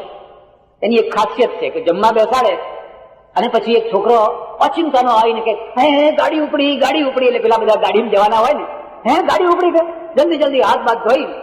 ગાડી બાડી કઈ ઉપડી ના હોય, પણ અમને કાઢવા હોય એમ કે જે 4 રોટલી ઓછી ખાધી 1 વાર આવું કરો, 2 વાર આવું કરો, પછી પેલાને ખબર પડી જાય કે આ તો આપણને છેતરે છે. પછી એની લોજમાં કોઈ જમવા જાય. અરે માનવતાનો ધંધો છે. પહેલા પેટ તું જમાડવા બેઠો છે, પૈસા લઈને જમાડ, પહેલા એનું પેટ થાર, એનું પેટ ફરશે તો તારી લોજ ફરવાની. એમ શિક્ષકનો ધંધો છે, ડોક્ટરનો ધંધો છે, એ ખાલી પેટનો કોઈ કોમર્શિયલ ધંધો નથી. એમાં હ્યુમેનિટી પહેલી વસ્તુ છે, માનવતા પહેલી વસ્તુ. અમેરિકામાં એક મારી બેન છે ઓળખીતી, અને વાત કરી મને કે આ છોકરી જો ભારતમાં જન્મી હોત ને તો જન્મતા જ મરી ગઈ હોત, પણ અહીં જીવી ગઈ. કેમ? એને જીભની નીચે જે પાતળી પેલી ચામડી હોય છે ને, કેટલી વ્યવસ્થા છે જરાક તો વિચાર કરો. જીભની નીચે પાતળી ચામડી, એ ચામડી જ નથી એને. એટલે ભગવાને ઊંધા માથે જન્મ આપ્યો, અને પછી જો તમે એને સીધી કરો અને જીભનો લોચો તરત જ શ્વાસ નળી ઉપર પડે, ગુંગળી મરી જાય, તો એને તો કઈ બોલી શકે એવું તો છે ને. એટલે આ પાતળી ચામડી રાખે. જન્મતાની સાથે ડોક્ટરને ખબર પડી ગઈ, એને આમ પગ પકડીને એને ઊંધી પકડી રાખે, અને પેલાને કહ્યું કે ભાઈ આ છોકરી છે એને સીધી નહીં કરી શકાય, કાં તો એની જીભને અહીં હોઠ સાથે બાંધી દેવી પડશે, અથવા એને પછી ઊંધી રાખવી પડશે. પછી કે રીતસર એને ઊંધી રાખી, અને અત્યારે તમે છોકરી જુઓ તો રીતસર બોલતી, ચાલતી, દોડતી, કૂદતી, કોઈ કલ્પના ના કરી શકે. એ મને પટેલ મને કહે છે, મને કે બાપજી, મારી સ્ત્રીની જયારે પ્રસૂતિ થઈ ત્યારે ડોક્ટરે, નર્સોએ કપડાં પહેરી લીધા હતા, એમનો ટાઈમ પૂરો થઈ ગયો. એ ઘર જવા માટે તૈયાર હતા, અને ગાડીમાં બેસવાની તૈયારી હતી, અને પ્રસૂતિ થઈ. અમે એને કહી ના શકીએ તમે પાછા આવો, પણ એમને તરત જ કપડાં ઉતારી નાખ્યા અને કહ્યું, પટેલ, પહેલા મારી માનવતા, હ્યુમેનિટી. હું ખાલી પેટનો ધંધો લઈને નથી બેઠો. હું અહીંથી જઈશ એટલે ખાલી મારો પગાર જ જવાનો છે એવું નથી, કોઈનું જીવન જવાનું. મારા 1 કલાકની સાથે કોઈનું જીવન સંકળાયેલું છે, મારા અડધા કલાકની સાથે કોઈનું જીવન સંકળાયેલું છે. હું કોઈને 4 ગોળીઓ આપવાની સાથે એક જીવન સંકળાયેલું છે. આપવાની બીજી ગોળીઓ હોય ને આપી દઉં બીજી, એના સાથે એનું જીવન સંકળાયેલું છે. મારો ધંધો તો માનવતાનો ધંધો છે, અને એટલા માટે હું આને છોડીને જઈ ન શકું. 1.5 કલાક સુધી બધું કામ કર્યું, અને આ રીતે એ બધું થયું. મેં કહ્યું બરાબર છે. 1.5 કલાક સુધી એને વધારાના ટાઈમ આપીને નર્સે, ડોક્ટરે બધું કામ કર્યું. તે કઈ ભેટ આપી? મને કે ના, એ તો યાદ જ ના રહ્યું, મને એ તો ખ્યાલ જ ના રહ્યો. આજ આપણી ભૂલ છે. આપણે સમય ઉપર લોકોની કદર નથી કરી શકતા. જે સમય ઉપર કદર નથી કરી શકતા ને, એ સમય ઉપર દંડ પણ નથી દઈ શકતા. એક બાવડામાં કદર કરવાની શક્તિ અને બીજા બાવડામાં દંડ દેવાની શક્તિ હોય, એ જ વ્યવસ્થા રાખી શકે. અંગ્રેજો એટલા માટે વ્યવસ્થા રાખી શકે. તમે નથી દંડ દઈ શકતા, નથી કદર કરી શકતા. એટલે હવે આ સુકાન વિનાનું નાવડું જ્યાં ખેંચાઈને જવું હોય ત્યાં, આખા દેશની એ દશા છે, દિલ્હીની એ દશા છે, બધાની એ દશા. એ સજ્જનો, આજે હું આ દાતાઓને ખૂબ ખૂબ અભિનંદન આપું છું કે એમણે પ્રસૂતિનો વોર્ડ બનાવી આપ્યો, એમણે એમ્બ્યુલન્સની વ્યવસ્થા કરી આપી, એમણે 5 લાખ રૂપિયાનું જે ભંડોળ ઊભું કરવાનું છે એમાં પણ મન મૂકીને સારા સારા દાન આપ્યા. હજુ ઘણા આપનારા બાકી છે. કેટલાક પહેલો ધારણા નો કરે, અને કેટલાક પછી પેલા પેસ્ટ હોય ને દાંતમાં નહીં ઘસવા, દબાવો એટલે નીકળે. એમને એમ નહીં, આમ જરાક દબાવો એટલે પછી એમાંથી નીકળે. મારે તો 1-2 ઇન્કમ ટેક્સ ના ઓફિસર આવે, મને કે બાપજી કઈ કામકાજ હોય તો કહેજો. મારે કઈ કામ ના, એમ કે જો તમારે કઈ પૈસા જોઈતા હોય તો આ શેઠિયાઓ તમને નહીં આપે, અમારા હાથમાં એમની ચોટી છે. અમે ખાલી કહી દઈએ કે અહીં 10,000 આપી આવજો, એટલે રાજી થઈને આપ્યા. મેં કહ્યું કદી મારી એવી ઈચ્છા ના થાય, કારણ કે એ જે 10,000 આપશે ને એ અંતે તો કોઈના 5 લાખ, એમને એમ 10,000 નહીં આપે. પણ કેટલીક વાર આવું પણ થતું હોય છે, દબાવો એટલે કંઈક થોડુંક નીકળે, વળી દબાવો પાછું કંઈક. દાન તો ત્યારે દીપ્યું, પેલા વણકરને કોણ કહેવા ગયું, કોણે આગ્રહ કર્યો તો 10,000 બોલ. એને ઉમરકો આવ્યો, આ ગામનો હું નાગરિક, આ ગામમાં મારી કોમના લોકો દવા લેવા આવતા હશે ને આવવાના. આજે મને ભગવાને શક્તિ આપી છે, હું કેમ ના આપું? દેહએ આપ્યો, ઠાકોરે આપ્યા, કેમ ઉમરકો કેમ થયો? ભલે સૌની શક્તિ પ્રમાણે. એટલે આપણે જે 5 લાખનું ભંડોળ કરવાનું છે, એમાંય મને લાગે છે કેટલા 2-2.5 લાખ તો થયા હશે, એટલા થયા હશે, બીજા થોડા થવાના બાકી હશે. થશે ધીરે ધીરે, કાર્ય કરતા હશે તો બધું સારું થશે. હું તો એક સામાન્ય સાધુ છું, વર્ષોથી તમારા ગામમાં આવું છું. વાલમ, ભાંડો, વિસનગર આ બધા અમારા જૂના ગામ છે.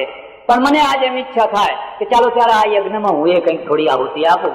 એટલે મારા તરફથી 11,000 11,001 આ તમારા ભંડોળમાં હું પણ થોડીક નાની સરખી આહુતિ આપવાની ઈચ્છા રાખું છું.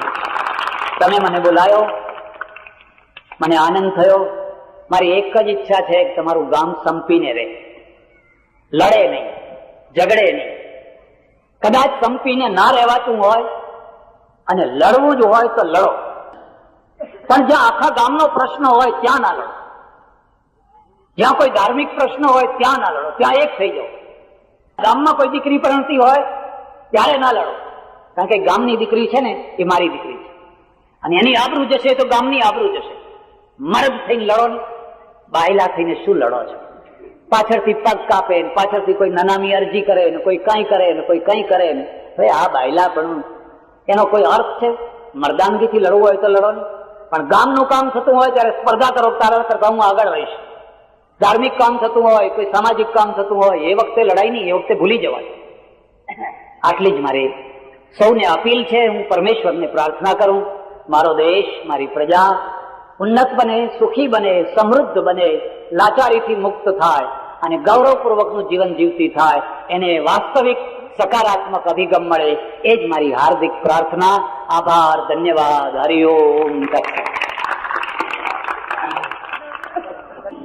19/11/1990 રાજકોટ મણિયાર હોલમાં ફૂલછાપ તરફથી એકત્રિત થયેલી 18 લાખ રૂપિયાની સ્મશાન નિમિત્તની રકમનો અર્પણ કરવાનો ચેક તે નિમિત્તે યોજિત સભામાં પ્રવક્તા સ્વામી સચ્ચિદાનંદ પરમહંસ શાંતાય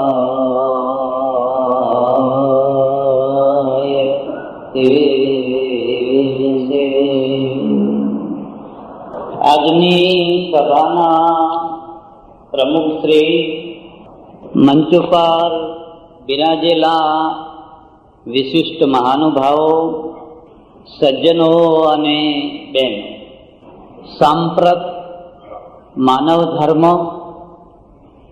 એ વિષય આપવામાં આવ્યો છે. મને જો કે મુક્ત રાખ્યો હોત તો મારે સ્મશાન ઉપર જ ચર્ચા કરવાની થોડી વધારે ઈચ્છા થઈ હોત, પણ છતાં જ્યારે એક વિષય પ્રસ્તુત થયો છે તો પરમેશ્વર જેવી શક્તિ આપે એવા એ વિષયને ન્યાય આપવાનો પ્રયત્ન કરું છું. આપણે ત્યાં ધર્મને બે રૂપમાં જોવામાં આવે છે. એકનું નામ સનાતન ધર્મ છે, બીજાનું નામ યુગ ધર્મ છે. જે યુગ ધર્મ છે એ સાંપ્રત ધર્મ છે. જો તમે મૂળમાં જઈને જુઓ, હિન્દુ, જૈન અને બૌદ્ધ, આ ત્રણે આ દેશમાં ઉત્પન્ન થયેલી ધારાઓ, એ ત્રણે પોતાના શાસ્ત્રોમાં ધર્મના આગળ કોઈ વિશેષણ મૂક્યું નથી. ત્રણેય ધર્મ શબ્દને નિર્વિશેષ પ્રયુક્ત કર્યો છે. કોઈ જૈન સાધુ તમને મળે તે ઊંચો હાથ કરીને તમને ધર્મ લાભ એમ કહેશે, પણ એમ નહીં કે જૈન ધર્મ લાભ હોય, એવું નહીં. એ માત્ર ધર્મ લાભ એવું કહેશે. તમે બૌદ્ધ ધર્મમાં જઈને જોશો તો એ ધમ્મમ શરણં ગચ્છામિ એવું બોલશે, પણ બૌદ્ધ ધર્મમ શરણં ગચ્છામિ એવું નહીં બોલે. અને અમારે હિન્દુઓના ત્યાં તો યતો ધર્મ તતો જય, જ્યારે જ્યારે પણ ધર્મ શબ્દનો પ્રયોગ થયો છે, યદા યદા હિ ધર્મસ્ય ગ્લાનિર્ભવતિ ભારત, ત્યારે ધર્મ શબ્દ આગળ વિશેષણ મૂકવામાં નથી આવ્યું. ધર્મ અને ઈશ્વર આ બંનેના આગળ જ્યારે વિશેષણ મૂકવામાં આવે ત્યારે એ બંને પરિચ્છિન્ન થઈ જાય છે. ઈશ્વરને જો ઈશ્વર રાખવો હોય તો એના આગળ વિશેષણ નહીં મૂકવાનું. ધર્મને જો ધર્મ રાખવો હોય તો એના આગળ પણ વિશેષણ નહીં મૂકવાનું.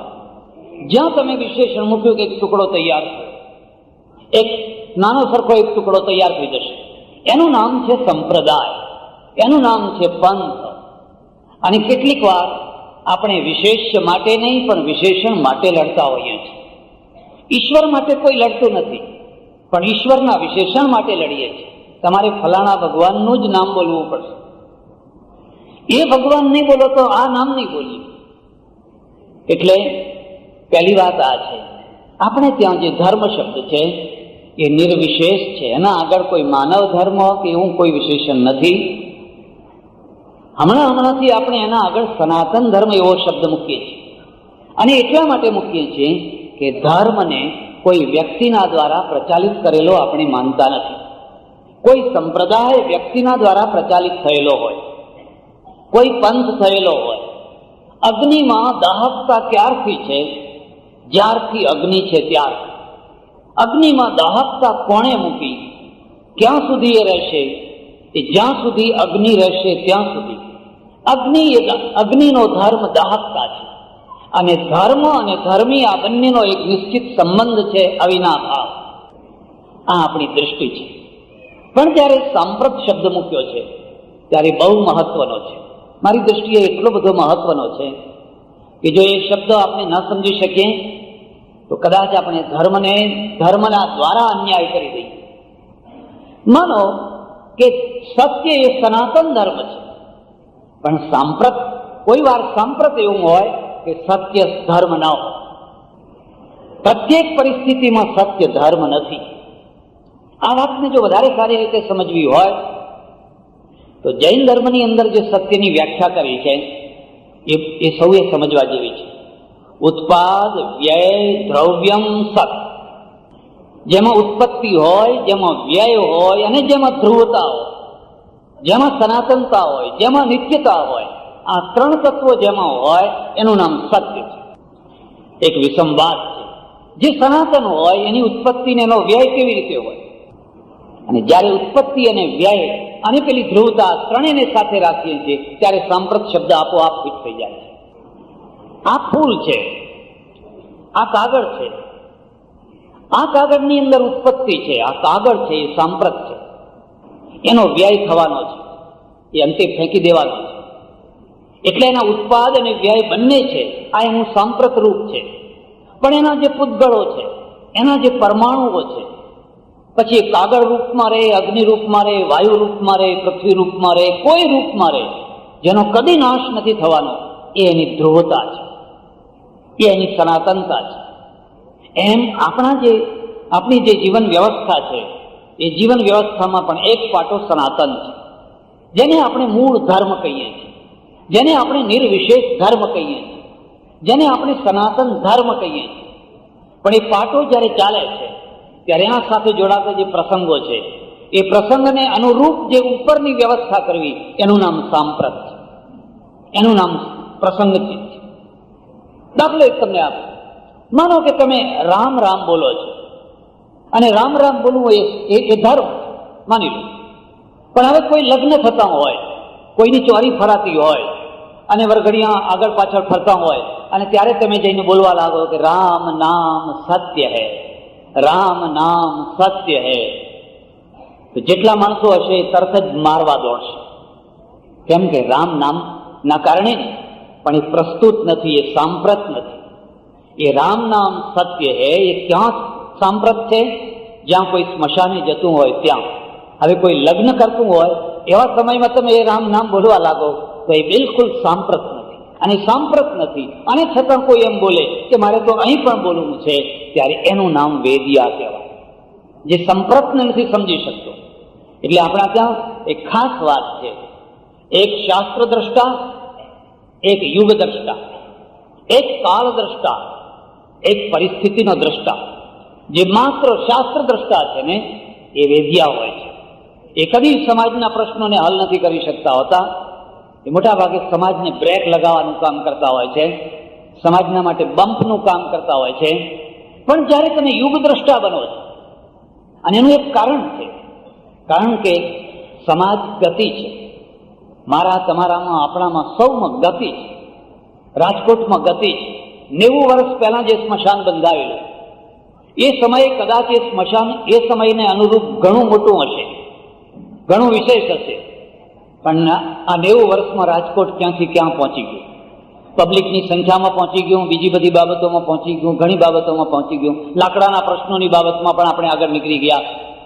કદાચ 90 વર્ષ પહેલા લાકડાની કોઈ કિંમત નહીં હોય, લાકડા ખરીદવા નહીં પડતા હોય, 90 વર્ષ પહોંચતા પહોંચતા આપણે ક્યાંય ના ક્યાંય પહોંચી ગયા.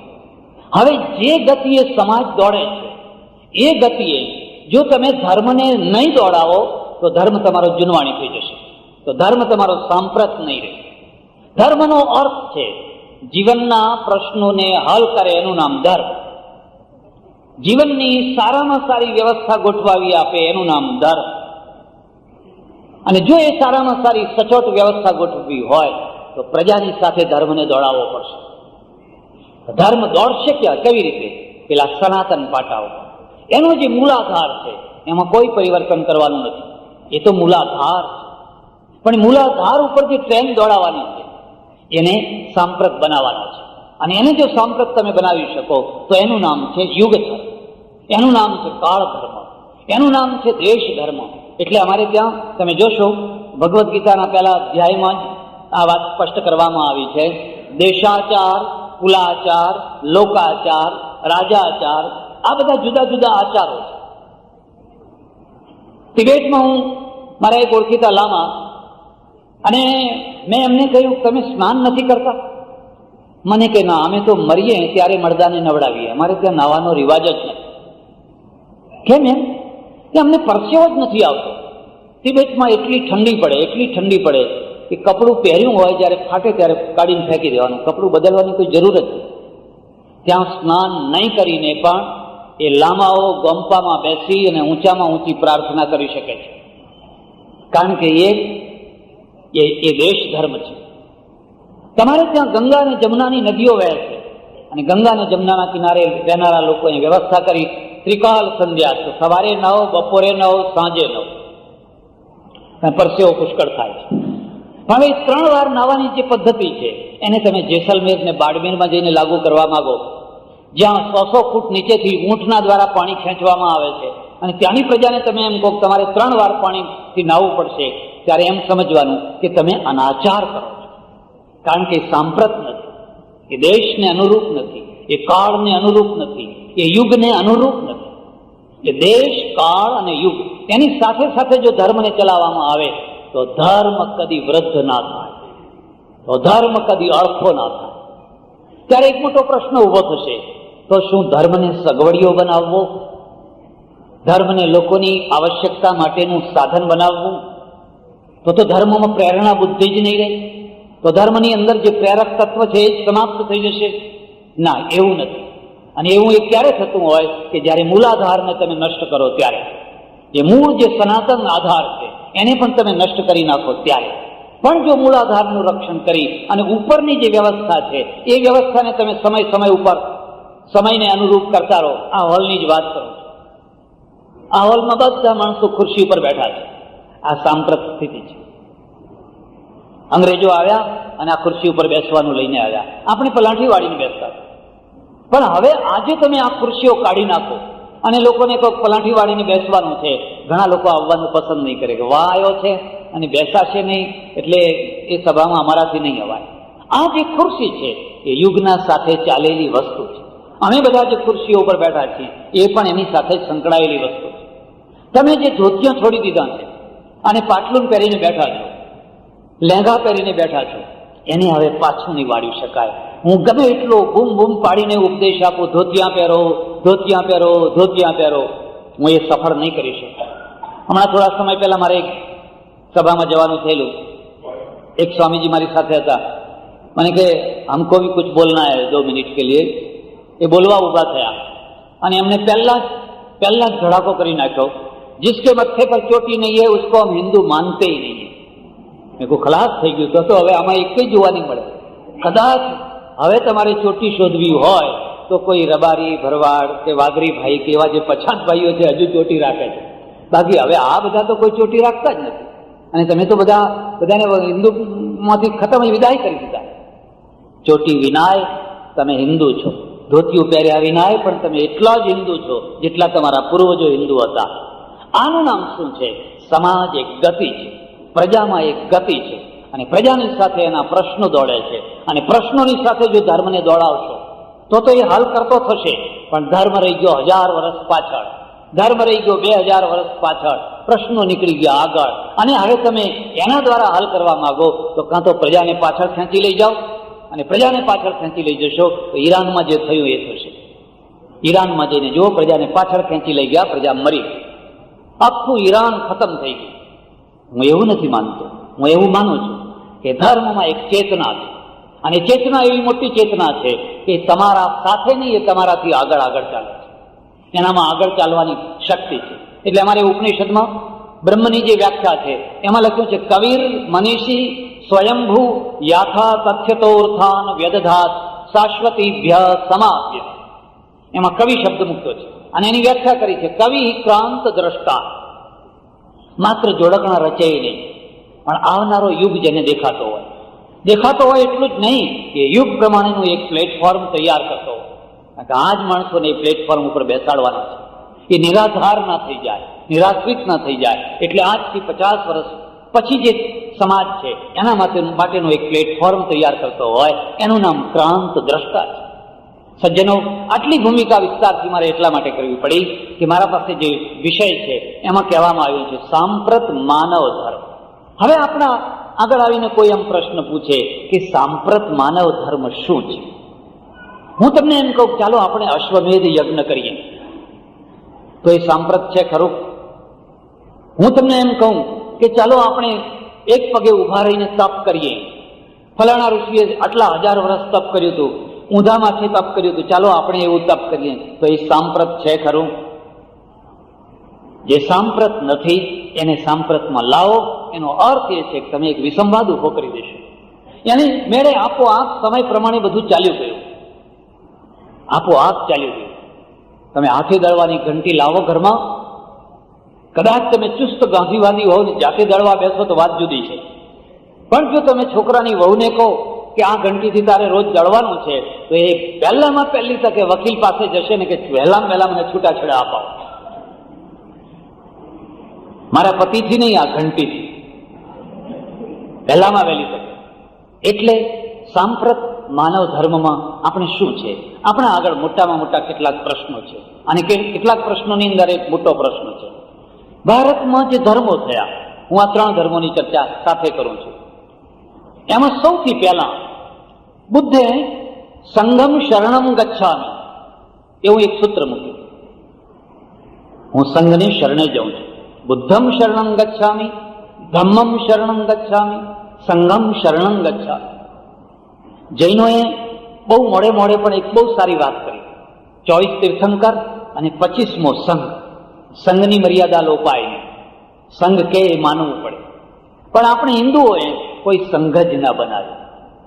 એકલો જાને એકલો જાને એકલો જાને રે, કોઈ સંઘ જ ના બનાવ્યો, કોઈ સંઘ જ નહીં. અને એનું પરિણામ એ છે કે આપણા ત્યાં એક નિશ્ચિત કોઈ વ્યવસ્થા નથી. કોઈ પ્રકારની કોઈ, અહીંયા દારૂ પીનાર હોય સાધુ થઈને પૂજાય છે, અઘોરી હોય અને ગામમાં આવ્યો હોય એને રોજ 2-3 બોટલ લાવી આપનારા નીકળે, આંકડાવાળા હોય એ ટોળું ભેગું થયું હોય. માંસ ખાનાર હોય સાધુ થઈને પૂજાય છે. સોનું પહેરેલો હોય, બધું સોનું સોનું સોનું સોનું પહેરેલો હોય, એની આગળ મોટા મોટા ટોળા ભેગા થતા હોય છે. એકવાર એવું થયેલું, એક બહુ પ્રસિદ્ધ સાધુ સોનું જ પહેરે અને જરિયન જામા પહેરે, રાજા મહારાજા શું પહેરે એટલું બધું પહેરે, અને એવા તો કેટલાય ડ્રેસ એમની પાસે. હું એમના દર્શને ગયો શરૂમાં, બધે ભટકતો, ત્યારે મને ગમ્યું નહીં. પછી જ્યારે કોઈ નહોતું ત્યારે મેં એમને કહ્યું, મહારાજ તમે ગૃહ ત્યાગ કર્યો, સંન્યાસી થયા અને આટલું બધું સોનું પહેરો છો, આ બધા જરિયન જામા પહેરો છો, આ બધું પહેરવાની જરૂર શું તમારે? એમણે મને એક તમાચો મારે ને એવો એક જવાબ આપ્યો, અને આજ સુધી એ જવાબ મારા હૃદયમાં કોતરી ગયેલો છે. મને કે હિંમત હો, તાકાત હો તો એક અંગૂઠી પહેન કે દિખાઓ. તારામાં જો તાકાત હોય, તારામાં જો હિંમત હોય તો મને એક અંગૂઠી સોનાની વીંટી પહેરીને મને બતાવે. મારી આંખ ઉગડી ગઈ, વાત સાચી છે. જો હું એક વીંટી સોનાની પહેરું તો તરત જ લોકો મારી ટીકા કરે, હે મહારાજ થઈને વીંટી પહેરી, અને આ માણસ આટલું સોનું પહેરીને બેઠો છે અને છતાં એનું એટલું જ માન. આપણા ત્યાં એક નિશ્ચિત વ્યવસ્થા નથી થઈ શકી, કારણ કે સંઘ જ નથી. અને સંઘ નથી એના 2 પરિણામ તમને મળ્યા. એના એક લાભ મળ્યો અને એક નુકસાન મળ્યું. નુકસાન એ થયું તમારી કોઈ શક્તિ, હિન્દુ એટલે કોઈ શક્તિ જ, કોઈ શક્તિ નહીં, બાકી બધાની શક્તિ. તમારા ઉપર ગમે એટલા માછલા ધોવી શકાય, તમારા ઉપર મગ દળી શકાય, ગમે તો ગમે તે કરવું હોય બધું કરી શકાય, કારણ કે સંગ જ નથી. આ જૈનો આખા દેશમાં 40 લાખ માળ હશે, અને 40 લાખ જે ધારે તો આખા દેશને ઊંચો નીચો કરી નાખે, કારણ કે એની પાસે સંઘ શક્તિ છે. અને તમે 65-70 કરોડ હશો, તમારી પાસે કોઈ સંઘ શક્તિ નહીં. સંઘ શક્તિ નહીં એટલે તમે હંમેશા શક્તિ વિનાની પ્રજાતિ નથી. પણ એનું એક જમા પાસું તમારી પાસે મોટામાં મોટું છે, દુનિયાના બીજા કોઈ ધર્મ પાસે નહીં. એ છે તમે જેટલા મહાપુરુષો પેદા કર્યા, બીજા કોઈ ધર્મે આટલા મહાપુરુષો નથી પેદા કર્યા. કારણ કે બીજા ધર્મમાં જે થાય એને એક નિશ્ચિત ઘરેડમાં ચાલવું પડે. જો એ ઘરેડમાંથી બહાર નીકળે તો ફેંકાઈ જાય. હું કાશીમાં રહેતો, ગંગા કિનારે સાંજે જઈને બેસું, જાત જાતના લોકો આવે. એક મૌલવી રોજ આવે અને ખૂબ નિખાલસ માણસ. અમે ચર્ચા કરીએ, પંડિતો હોય, મૌલવી હોય, ફલાણા હોય, ફલાણા હોય. પછી એમણે એક વાર પ્રશ્ન પૂછ્યો મને કે તમારા ધર્મમાં અને અમારા ધર્મમાં ફરક શું?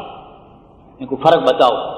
ચાલો મારી સાથે, મારી સભામાં 5000 હિન્દુઓ બેઠા હશે અને 5000 હિન્દુઓની સામે હું વાત કરીશ કે જેટલી ગીતા મહાન છે, જેટલા વેદ મહાન છે, જેવું સત્ય વેદમાં અને ગીતામાં છે એવું જ સત્ય કુરાનમાં પણ છે.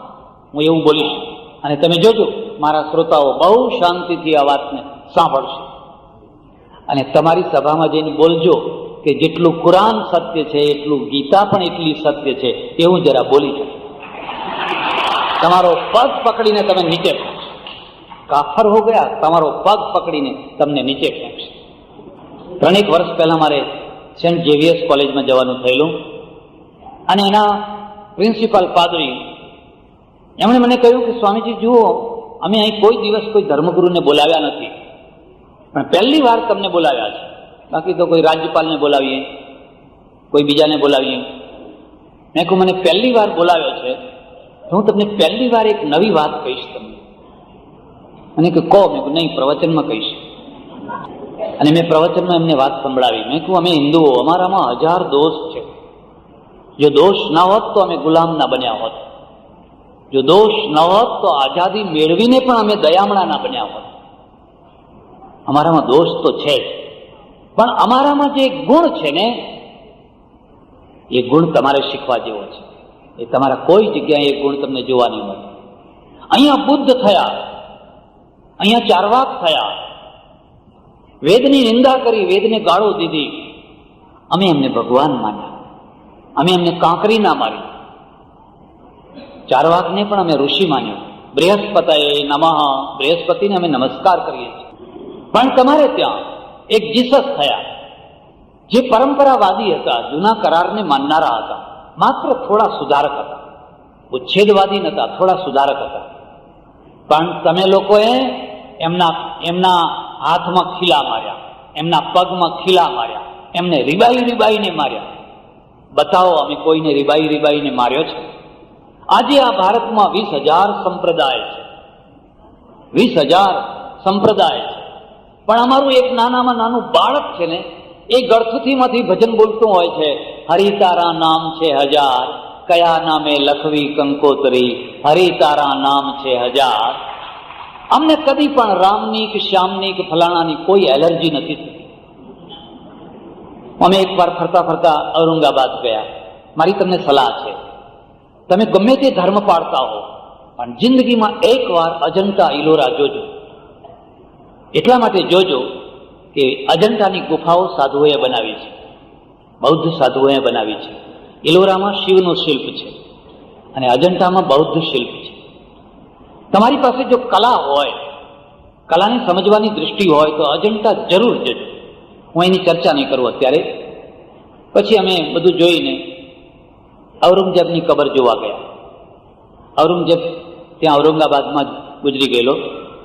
અને મેં હમણાં એક પુસ્તક લખ્યું છે. પુસ્તકનું નામ છે ભારતીય યુદ્ધોનો સંક્ષિપ્ત ઇતિહાસ. 3000 વર્ષના યુદ્ધો મેં એમાં મૂક્યા છે. થોડા પ્રજાને જાણ કરવા માટે. તમે જુઓ, તમારી દુર્દશાને તમે સગી આંખે જુઓ. કેમ મુઠ્ઠીભર પ્રજા આ દેશ ઉપર રાજ્ય કરતી રહી? જ્યારે જુઓ ત્યારે અલ્પસંખ્યકોએ રાજ્ય કર્યું. ગ્રીકો આવ્યા, ઈરાનીઓ આવ્યા, શકો આવ્યા, હુણો આવ્યા, સિથિયનો આવ્યા, મુસ્લિમો આવ્યા, સુલતાનો આવ્યા, મોગલો આવ્યા, અંગ્રેજો આવ્યા, પોર્તુગીઝો આવ્યા, કેટલા હતા. ઘણી વાર તો એવું બને કે એ 30,000 જ હોય, 1 લાખ જ હોય, અને આ સામે 30 કરોડ માણસો. તો એવું શું હતું કે 30 કરોડ માણસો ઉપર મુઠ્ઠીભર 50,000 કે 1 લાખની વસ્તી છે 12મી શતાબ્દી ઉપર રાજ્ય કરે? એનું કારણ શું? પહેલી બીજી શતાબ્દીમાં શકો અને હુણો જ્યારે આવ્યા ત્યારે તો કેટલી સંખ્યા, માંડ થોડી સંખ્યા, અને કેમ એમણે રાજ્ય કર્યું? તમારામાં શું ખૂટતું હતું? એટલે અમારામાં ઘણા દોષો છે. તો ઔરંગઝેબની કબર જોવા ગયા. ઔરંગઝેબે આખી જિંદગીમાં 1 પૈસો રાજ્ય સરકારનો ના ખાધો. સરકારની તિજોરીમાંથી પૈસો નહીં લેવાનો. પોતાની જાતે કુરાન લખે, વેચે, ટોપીઓ ગૂંથે, વેચે, એમાંથી જે પૈસો આવે એ પૈસાની એની પત્ની રસોઈ બનાવે અને એ બાદશાહ જમે. પત્નીની બાબતમાં એ બિલકુલ એક આદર્શ વ્યક્તિ છે. જે રોમાન્ટિક સ્થિતિ બીજા બાદશાહોમાં છે એમાંની હું કશું જ નહીં. બહુ સાચો માણસ, પોતાની જ કમાણીના પૈસા ખાય છે. અને જ્યારે મરવા પડ્યો ત્યારે એની પાસે 76 એ વખતનું નાણું હતું, રૂપિયા હતો. એને વિલ કરેલું, આમાંથી મારી માટીની કબર બનાવજો, ખબરદાર કોઈ ભવ્ય કબર ના બનાવશો, માટીની કબર બનાવવાની. જે પૈસા વધે એ બધા ફકીરોને વેચી દીધું. આટલો મોટો ત્યાગી હતો. પછી અમે ગયા. લોર્ડ કર્જનના સમયમાં થોડો આરસ પણ લગાવ્યો. બધા ઊભા ઊભા, મારી સાથે બધી બહેનો, ડોશીઓ ગામડાની આવેલી. પેલો મુજાવર છે, ધૂપિયું લઈને બધે ફર્યા કરે. ફરતા ફરતા મારી પાસે આવ્યો. એટલે મારી બાજુમાં જ એક ડોશી ઉભેલા, એણે એમના છેડામાંથી પૈસા ખોલવા માંડ્યા. મેં ડોળા કાઢ્યા. મેં, શું, કોને પૈસા નાખો છો? મને કે કેમ?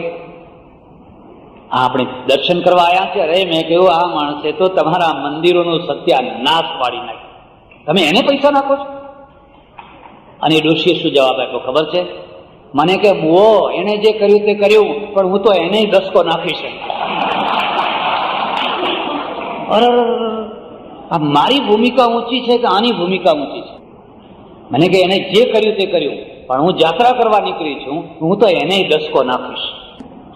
મેં પેલા પ્રિન્સિપાલને કહ્યું, મેં કહ્યું આ અમારો સદગુણ છે, અને એટલા માટે અમે લોહી નથી વહેવડાવ્યા, અમે ધર્મના નામે લોહી નથી વહેવડાવ્યા.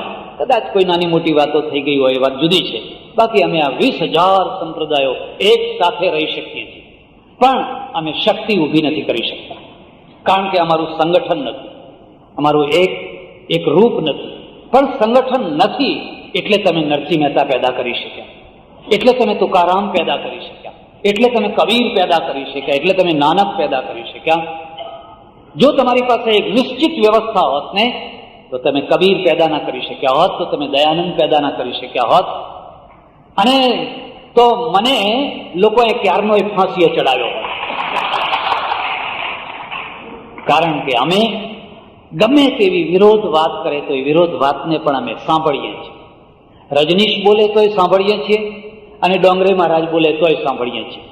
અને તમારામાં તો ઘણા એવા વક્તા હશે કે એકવાર ડોંગરે મહારાજની સપ્તાહ સાંભળીને જઈને રડી આવે, ને બીજી વાર પાછળ રજનીશનું સાંભળી આવે કે ના હો, કહેવું પડે હો, કહેવું પડે હો, એમ તો વાણી કહેવી પડે.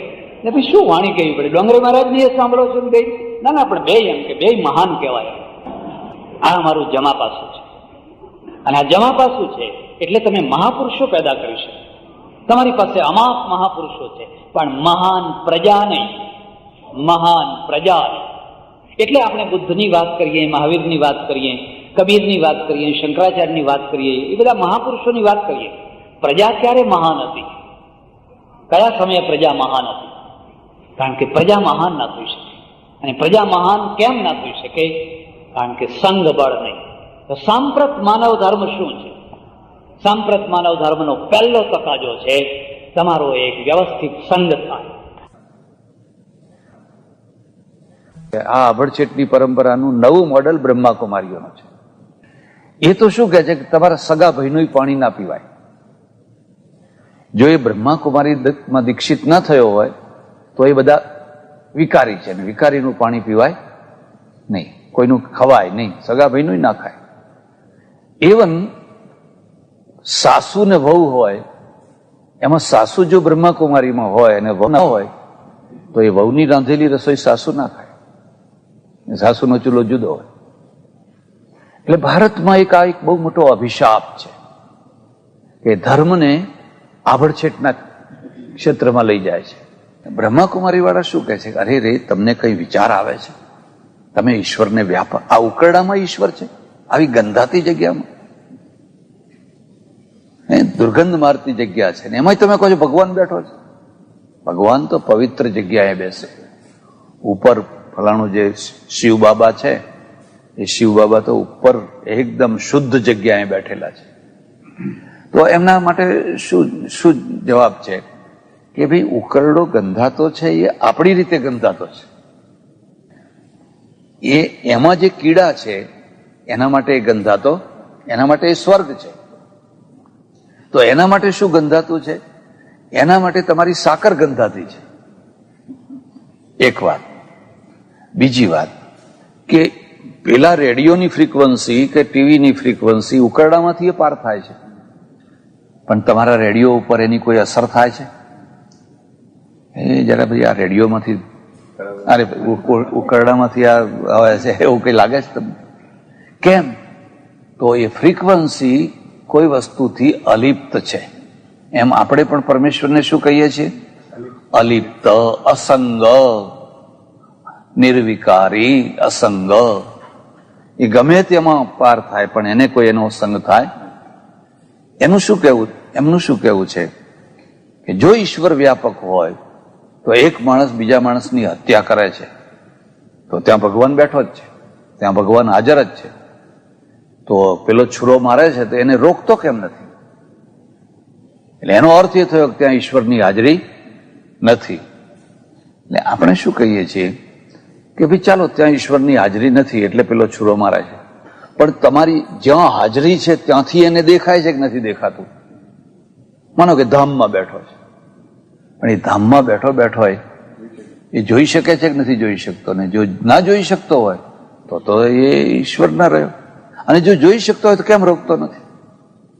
એટલે રોકવું એ ઈશ્વરનું કામ નથી, એ બધાના કામ જુએ છે, એ તો સાક્ષી છે. આમ જુદા જુદા લોકોએ જુદી જુદી ભાવના કલ્પના કરેલી છે. ઉત્તરવર્તી આપણે ત્યાં પણ જે સાકારવાદ આવ્યો, આ બ્રહ્મસૂત્રમાં કોઈ જગ્યાએ સાકારવાદ નથી. કોઈ જગ્યાએ ઈશ્વરના શરીરનો આકાર નહીં બતાવે કે ઈશ્વરને હાથ છે, પગ છે, ફલાણું છે, ફલાણું છે, લક્ષ્મીજી છે, પાર્વતી છે. એ બધું પુરાણવાદમાં આવ્યું. આ આપણા પ્રાચીન જે બ્રહ્મસૂત્ર છે એમાં એ માત્ર નિરાકાર જ છે. ઉત્તરવર્તી કાળમાં પછી શું થયું? ભગવાન વિષ્ણુ વૈકુંઠમાં રહે છે, વૈકુંઠ આવું છે, પવિત્ર છે, ધામ છે, ફલાણું. કૃષ્ણ ભગવાન ગોલોકમાં રહે છે, ત્યાં બધી ગોપીઓ જ ગોપીઓ છે. એક જ પુરુષ છે, કૃષ્ણ સિવાય કોઈ પુરુષ નહીં. એટલે પુષ્ટિ માર્ગના આચાર્યો છે ને એ આટલો મોટો ચોટલો રાખે. સાઉથ ઇન્ડિયન તમે જુઓ, વલ્લભાચાર્યથી માંડીને આવડો મોટો ચોટલો રાખે. એટલું જ નહીં પણ પાછું પેલું માથે ઓઢે. સાઉથ ઇન્ડિયન સંન્યાસીઓ પણ માથે ઓઢે. એ પોતે ગોપી ભાવ છે એ બતાવવા માટે. એટલે ગોલોકમાં તો ભગવાન કૃષ્ણ બિરાજ્યા છે, પછી શિવજી તો કૈલાસમાં બેઠા છે. દરેકે પછી પોતપોતાનું એક ધામ બનાવ્યું. સ્વામિનારાયણ વાળાએ અક્ષરધામ બતાવ્યું. એમાં એક ગ્રંથમાં લખેલું છે કે ભક્તને, સ્વામિનારાયણના ભક્તને બધા દૂતો લઈ ગયા, રામનું સાકેત ધામ આવ્યું. એને સાકેત ધામ કહેવાય. રામ ને સીતા ને લક્ષ્મણ ને એટલું બધું સુંદર, એટલું બધું સુંદર. એટલે પણ પેલો કે ના, આ આપણું ન હોય એમ કે, આ ધામ તો સારું છે પણ આપણું ન હોય એમ કે. પછી ગોલોકમાં લઈ ગયા, ત્યાં કૃષ્ણ ભગવાનને આવું બધું બતાવ્યું, બધું વર્ણન કર્યું તો કે આ પણ આપણું ધામ. પછી શિવજીનું આવ્યું, પછી વૈકુંઠ આવ્યું, પછી ફલાણું આવ્યું, પછી ફલાણું આવ્યું. એ બધાને ના પાડતા પાડતા પાડતા પાડતા છેવટમાં અક્ષરધામમાં ગયો. અને ત્યાં શ્રીજી મહારાજ બિરાજેલા. એટલે પછી કહ્યું કે આ ધામ આપણું. પછી એ પૂછે છે કે હે મહારાજ, શ્રીજી મહારાજ, હવે આનાથી કોઈ ઉપર બીજું ધામ છે? કે ના હો ભાઈ, હવે આનાથી કોઈ ઉપર ધામ, તું જે બધા જોઈને આવ્યો એ બધા નાના ધામ છે, નીચેના ધામ છે. અને એ બધા સામાન્ય લોકો હોય એમને એ ધામ મળે, પણ જે મારો નિજ ભક્ત હોય, અનન્ય ભક્ત હોય, એને જ આ ધામ મળે છે. આ સર્વોચ્ચ ધામ છે. તો આ શું થયું? સાંપ્રદાયિકતા. આ થયું સાંપ્રદાયિકતા. એટલું સારું છે કે આ બધા નાના ધામ છે એટલું સ્વીકાર કર્યું. હા, નહીં તો એમ જ કે એ તો બધા નરક છે, એમ કે એ તો પાપીઓને માટે નરક છે. પણ હવે જો એવું કે તો મુશ્કેલી આવે કે તો પછી તમારા મા બાપ ક્યાં ગયા છે? 200 વર્ષ પહેલા તમારા માતા પિતા, એના માતા, એના પિતા, એના પિતા, એ બધા તો પછી બિચારા ક્યાં ગયા હશે? તો એટલે આ શું દર્શન ના કહેવાય, આને શું કહેવાય? સાંપ્રદાયિકતા કહેવાય. આમાં એવું કોઈ નહીં. તમે આખું બ્રહ્મસૂત્ર જો અધ્યયન કરો ને, ખરેખર અધ્યયન કરવા જેવો ગ્રંથ છે, તો આવી કોઈ ચર્ચા નહીં.